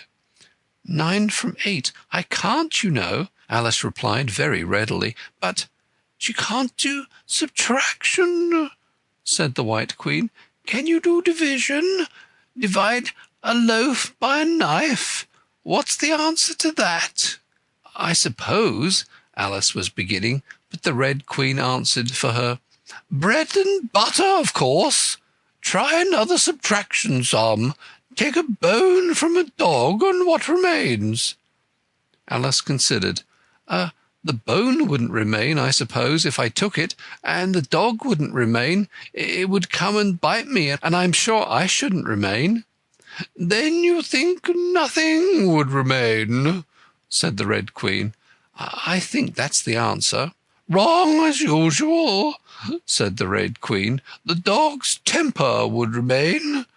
"But I don't see how—" "Why, look here," the Red Queen cried. "The dog would lose its temper, wouldn't it?" Perhaps it would," Alice replied cautiously. "Then if the dog went away, its temper would remain," the Queen exclaimed triumphantly. Alice said, gravely as she could, "They might go different ways," but she couldn't help thinking to herself, "What dreadful nonsense they are talking." "She can't do sums a bit," the Queens said together with great emphasis. "Can you do sums?" Alice asked, turning suddenly on the White Queen, for she didn't like being found fault with so much. The Queen gasped and shut her eyes. "I can do addition if you give me time, but I can do subtraction under any circumstances." "Of course you know your A, B, C," said the Red Queen. "To be sure I do," said Alice. "So do I," the White Queen whispered. "We often say it over together, dear, and I'll tell you a secret. I can read words of one letter. Isn't that grand? However, don't be discouraged. You'll come to it in time." Here the Red Queen began again. "Can you answer useful questions?" she asked. "How is bread made?" "I know that," Alice cried eagerly. "You take some flour." "Where do you pick the flour?" the White Queen asked. "In a garden or in the hedges?" "Well, it isn't picked at all," Alice explained. "It's ground." "How many acres of ground?" said the White Queen. "You mustn't leave out so many things." "Fan her head," the Red Queen anxiously interrupted. "She'll be feverish after so much thinking." So they set to work and fanned her with bunches of leaves till she had to beg them to leave off. It blew her hair about so. "She's all right again now," said the Red Queen. "Do you know languages? What's the French for fiddle-de-dee?" "Fiddle-de-dee's not English," Alice replied gravely. "Whoever said it was?" said the Red Queen. Alice thought she saw a way out of the difficulty this time. "If you tell me what language fiddle-de-dee is, I'll tell you the French for it," she exclaimed triumphantly. But the Red Queen drew herself up rather stiffly and said, "Queens never make bargains." "I wish queens never asked questions," Alice thought to herself. "Don't let us quarrel," the White Queen said in an anxious tone. "What is the cause of lightning?" "The cause of lightning," Alice said very decidedly, for she felt quite certain about this, "is the thunder. No, she hastily corrected herself. "I meant the other way." "It's too late to correct it," said the Red Queen. "When you've once said a thing, that fixes it, and you must take the consequences." "Which reminds me," the White Queen said, looking down and nervously clasping and unclasping her hands, "we had such a thunderstorm last Tuesday. I mean, one of the last set of Tuesdays, you know."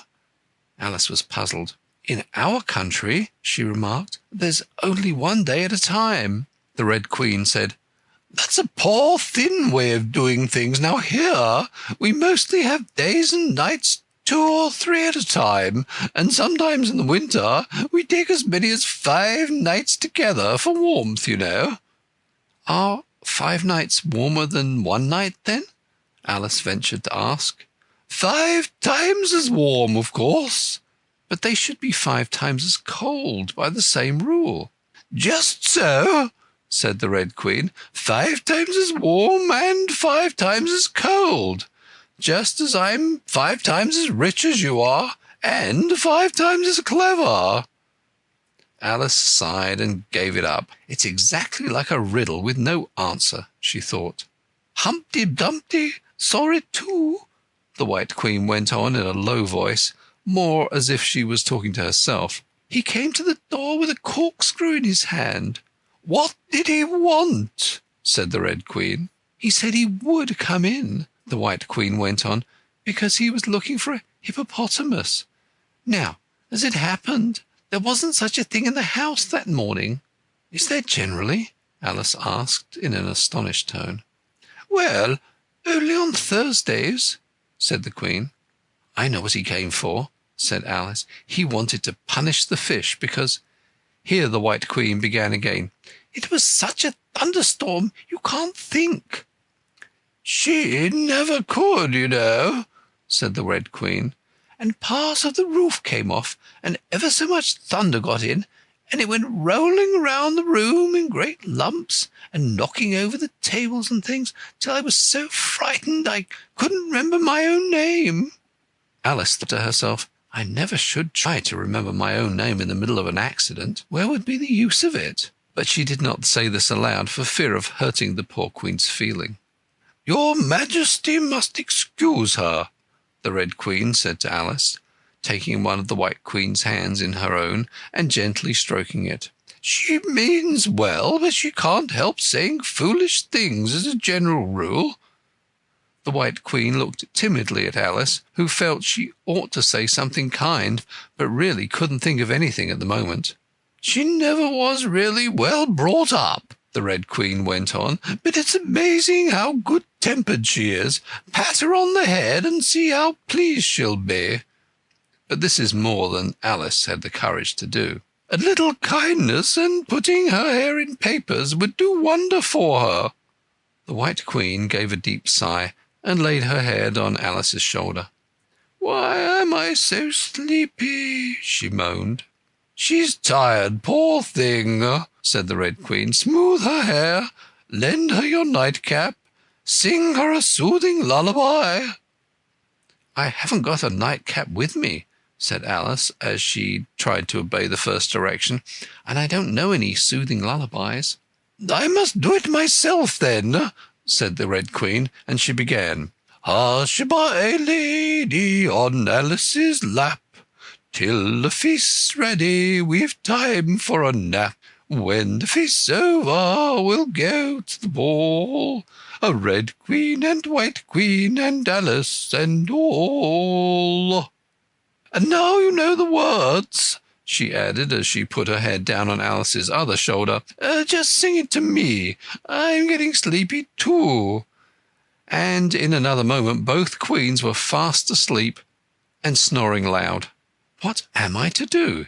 exclaimed Alice, looking about in great perplexity, as first one round head and then the other rolled down from her shoulder and lay like a heavy lump in her lap. I don't think it ever happened before that one had to take care of two queens asleep at once. No, not in all the history of England. It couldn't, you know, because there never was more than one queen at a time. "Do wake up, you heavy things," she went on in an impatient tone, but there was no answer but a gentle snoring. The snoring got more distinct every minute and sounded more like a tune. At last she could even make out the words, and she listened so eagerly that when the two heads vanished from her lap, she hardly missed them. She was standing before an arched doorway over which were the words Queen Alice in large letters. On each side of the arch there was a bell handle. One was marked Visitor's Bell and the other Servant's Bell. "I'll wait till the song's over," thought Alice, "and then I'll ring Which bell must I ring?" she went on, very much puzzled by the names. "I'm not a visitor, and I'm not a servant. There ought to be one marked Queen, you know." Just then the door opened a little way, and a creature with a long beak put its head out for a moment and said, "No admittance till the week after next," and shut the door again with a bang. Alice knocked and rang in vain for a long time, but at last a very old frog, who was sitting under a tree, got up and hobbled slowly towards her. He was dressed in bright yellow and had enormous boots on. "What is it now?" the frog said in a deep, hoarse whisper. Alice turned round, ready to find fault with anybody. "Where's the servant whose business it is to open the door?" she began angrily. "Which door?" said the frog. Alice almost stamped with irritation at the slow drawl in which she spoke this. "This door, of course." The frog looked at the door with his large, dull eyes for a minute. Then he went nearer and rubbed it with his thumb, as if he were trying whether the paint would come off. Then he looked at Alice. "To answer the door," he said. "What's it been asking of?" He was so hoarse that Alice could scarcely hear him. "I don't know what you mean," she said. "It talks English, doesn't it?" the frog went on. "Or are you deaf? What did it answer you?" "Nothing," Alice said impatiently. "I've been knocking at it." Shouldn't do that, the frog muttered. "Vexes it, you know." Then he went up and gave the door a kick with one of his great feet. "You let it alone," he panted out as he hobbled back to his tree. "And it'll let you alone, you know." At this moment the door was flung open, and a shrill voice was heard singing. To the looking-glass world it was Alice that said, I've sceptre in hand, I've a crown on my head. To the looking-glass creatures, wherever they be, come and dine with the Red Queen, the White Queen, and me. and hundreds of voices joined in the chorus. Then fill up the glasses as quick as you can, and sprinkle the tables with buttons and bran. Put cats in the coffee and mice in the tea, and welcome Queen Alice with 30 times 3. Then followed a confused noise of cheering, and Alice thought to herself, 30 times 3 makes 90. I wonder if anyone's counting. In a minute there was silence again, and the same shrill voice sang another verse. "O looking-glass creatures," quoth Alice, "draw near. 'Tis an honour to see me, a favour to hear. 'Tis a privilege high to have dinner and tea, along with the Red Queen, the White Queen, and me." Then came the chorus again. "Then fill up the glasses with treacle and ink, or anything else that is pleasant to drink. Mix sand with the cider and wool with the wine, and welcome Queen Alice with 90 times 9. 90 times 9? Alice repeated in despair. Oh, that'll never be done. I'd better go in at once. And there was a dead silence the moment she appeared. Alice glanced nervously along the table as she walked up the large hall and noticed there were about 50 guests of all kinds. Some were animals, some birds, and there were even a few flowers among them. I'm glad they've come without waiting to be asked, she thought. I should never have known who were the right people to invite.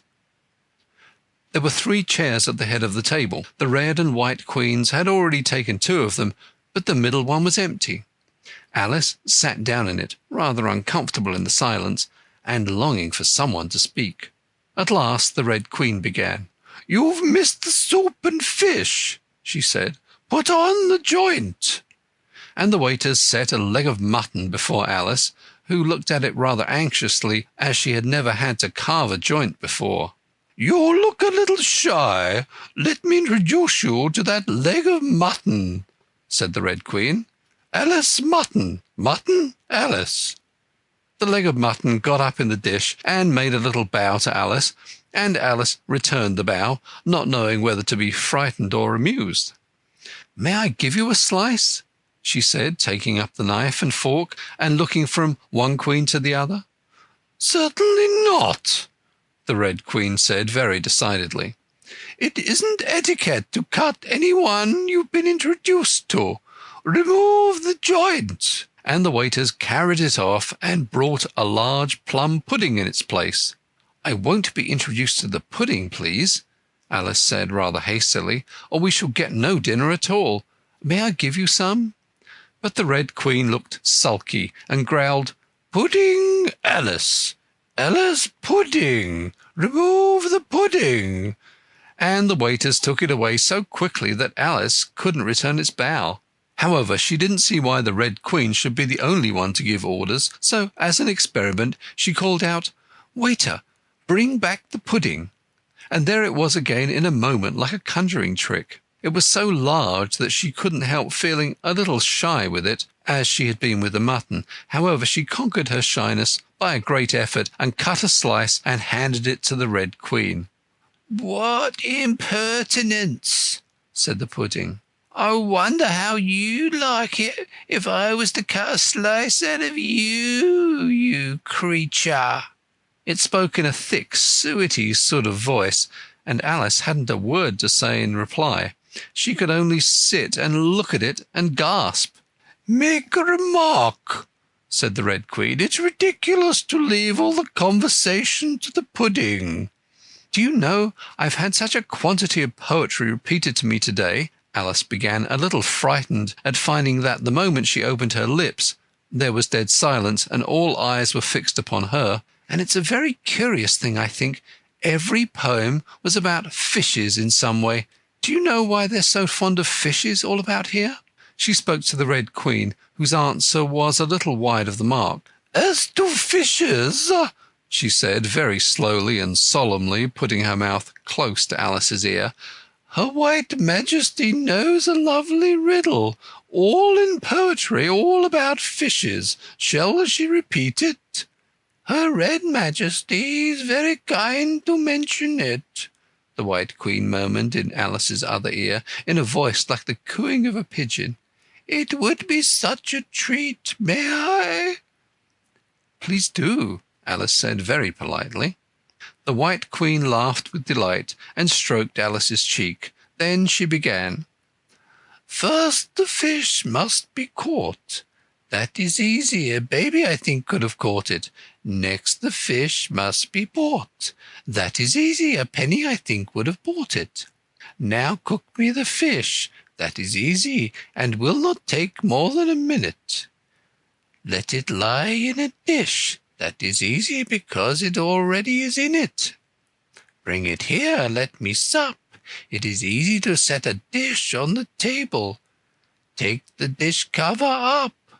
Ah, that is so hard, I fear I am unable, for it holds it like glue, holds the lid to the dish while it lies in the middle. Which is easiest to do? Undish cover the fish, or dish cover the riddle? Take a minute to think about it and then guess, said the Red Queen. Meanwhile, we'll drink your health, Queen Alice's health, she screamed at the top of her voice, and all the guests began drinking it directly, and very queenly they managed it. Some of them put their glasses upon their heads like extinguishers and drank all that trickled down their faces. Others upset the decanters and drank the wine as it ran off the edges of the table, and 3 of them, who looked like kangaroos, scrambled into the dish of roast mutton and began eagerly lapping up the gravy. Just like pigs in a trough, thought Alice. You ought to return thanks in a neat speech, the Red Queen said, frowning at Alice as she spoke. We must support you, you know, the White Queen whispered as Alice got up to do it very obediently, but a little frightened. Thank you very much, she whispered in reply, but I can do quite well without. That wouldn't be at all the thing, the Red Queen said very decidedly, so Alice tried to submit to it with a good grace. And they did push so, she said afterwards when she was telling her sister the history of the feast. You would have thought that they wanted to squeeze me flat. In fact, it was rather difficult for her to keep in her place while she made her speech. The 2 queens pushed her so, one on either side, that they nearly lifted her up into the air. I rise to return thanks, Alice began, and she really did rise as she spoke several inches, but she got hold of the edge of the table and managed to pull herself down again. Take care of yourself, screamed the White Queen, seizing Alice's hair with both her hands. Something's going to happen. And then, as Alice afterwards described it, all sorts of things happened in a moment. The candles all grew up to the ceiling, looking something like a bed of rushes with fireworks at the top. As to the bottles, they each took a pair of plates, which they hastily fitted on as wings, and so, with forks for legs, went fluttering about in all directions. And very like birds they looked, Alice thought to herself, as well as she could in the dreadful confusion that was beginning. At this moment she heard a hoarse laugh on her side, and turned to see what was the matter with the White Queen. But instead of the Queen, there was the leg of mutton sitting in the chair. Here I am, cried a voice from the soup tureen, and Alice turned again, just in time to see the Queen's broad, good-natured face grinning at her for a moment over the edge of the tureen before she disappeared into the soup. There was not a moment to be lost. Already several of the guests were lying down in the dishes, and the soup ladle was walking up the table towards Alice's chair and beckoning to her impatiently to get out of its way. I can't stand this any longer, she cried as she jumped up and seized the tablecloth with both hands. One good pull, and plates, dishes, guests and candles came crashing down together in a heap on the floor.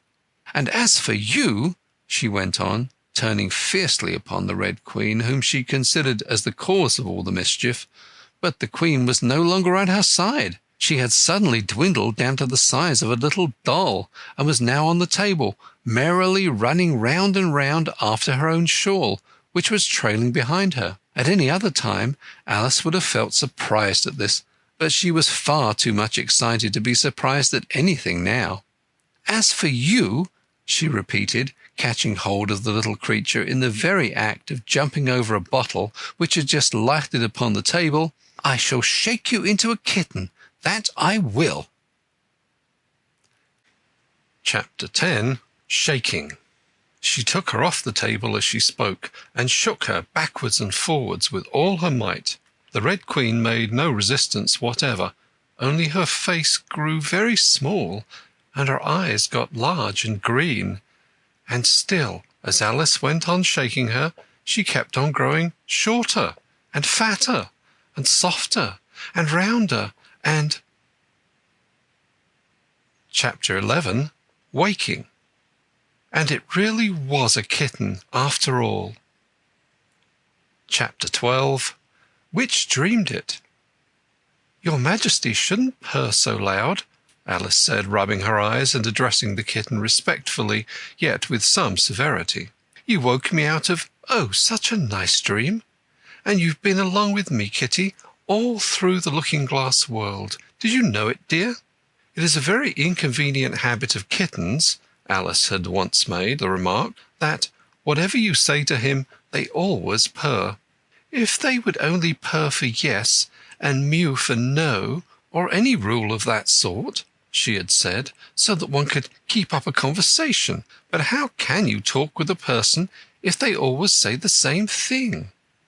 On this occasion the kitten only purred, and it was impossible to guess whether it meant yes or no. So Alice hunted among the chessmen on the table till she had found the Red Queen. Then she went down on her knees on the hearthrug and put the kitten and the Queen to look at each other. "Now, Kitty," she cried, clapping her hands triumphantly, "confess that that was what you turned into." "But it wouldn't look at it," she said, when she was explaining the thing afterwards to her sister. "It turned away its head and pretended not to see it. But it looked a little ashamed of itself, so I think it must have been the Red Queen." "Sit up a little more stiffly, dear," Alice cried with a merry laugh, "and curtsy while you're thinking what to purr. It saves time, remember." She caught it up and gave it one little kiss, just in honour of having been a Red Queen. "Snowdrop, my pet," she went on, looking over her shoulder at the white kitten, which was still patiently undergoing its toilette. "When will Dinah have finished your White Majesty, I wonder? That must be the reason you were so untidy in my dream. Dinah, do you know that you're scrubbing a White Queen? Really, it's most disrespectful of you." "And what did Dinah turn to, I wonder?" she prattled on as she settled comfortably down with one elbow on the rug and her chin in her hand to watch the kittens. "Tell me, Dinah, did you turn to Humpty Dumpty? I think you did. However, you'd better not mention it to your friends just yet, for I'm not sure. By the way, Kitty, if only you'd really been with me in my dream, there was one thing you would have enjoyed. I had such a quantity of poetry said to me, all about fishes. Tomorrow morning you shall have a real treat. All the time you're eating your breakfast, I'll repeat The Walrus and the Carpenter to you, and then you can make believe it's oysters, dear. Now, Kitty, let's consider who it was that dreamed it all. This is a serious question, my dear, and you should not go on licking your paw like that, as if Dinah hadn't washed you this morning. You see, Kitty, it must have been either me or the Red King. He was part of my dream, of course, but then I was part of his dream too. Was it the Red King, Kitty? You were his wife, my dear, so you ought to know. Oh, Kitty, do help settle it. I'm sure your paw can wait." But the provoking kitten only began on the other paw and pretended it hadn't heard the question. Which do you think it was? A boat beneath the sunny sky, lingering on dreamily in an evening of July. Children three that nestle near, eager eye and willing ear, pleased a simple tale to hear. Long has paled that sunny sky, echoes fade and memories die, autumn frosts have slain July. Still she haunts me phantom-wise, Alice moving under skies never seen by waking eyes. Children yet, the tale to hear, eager eye and willing ear lovingly shall nestle near. In a wonderland they lie, dreaming as the days go by, dreaming as the summers die. Ever drifting down the stream, lingering in the golden gleam. Life, what is it but a dream? End of Through the Looking Glass by Lewis Carroll.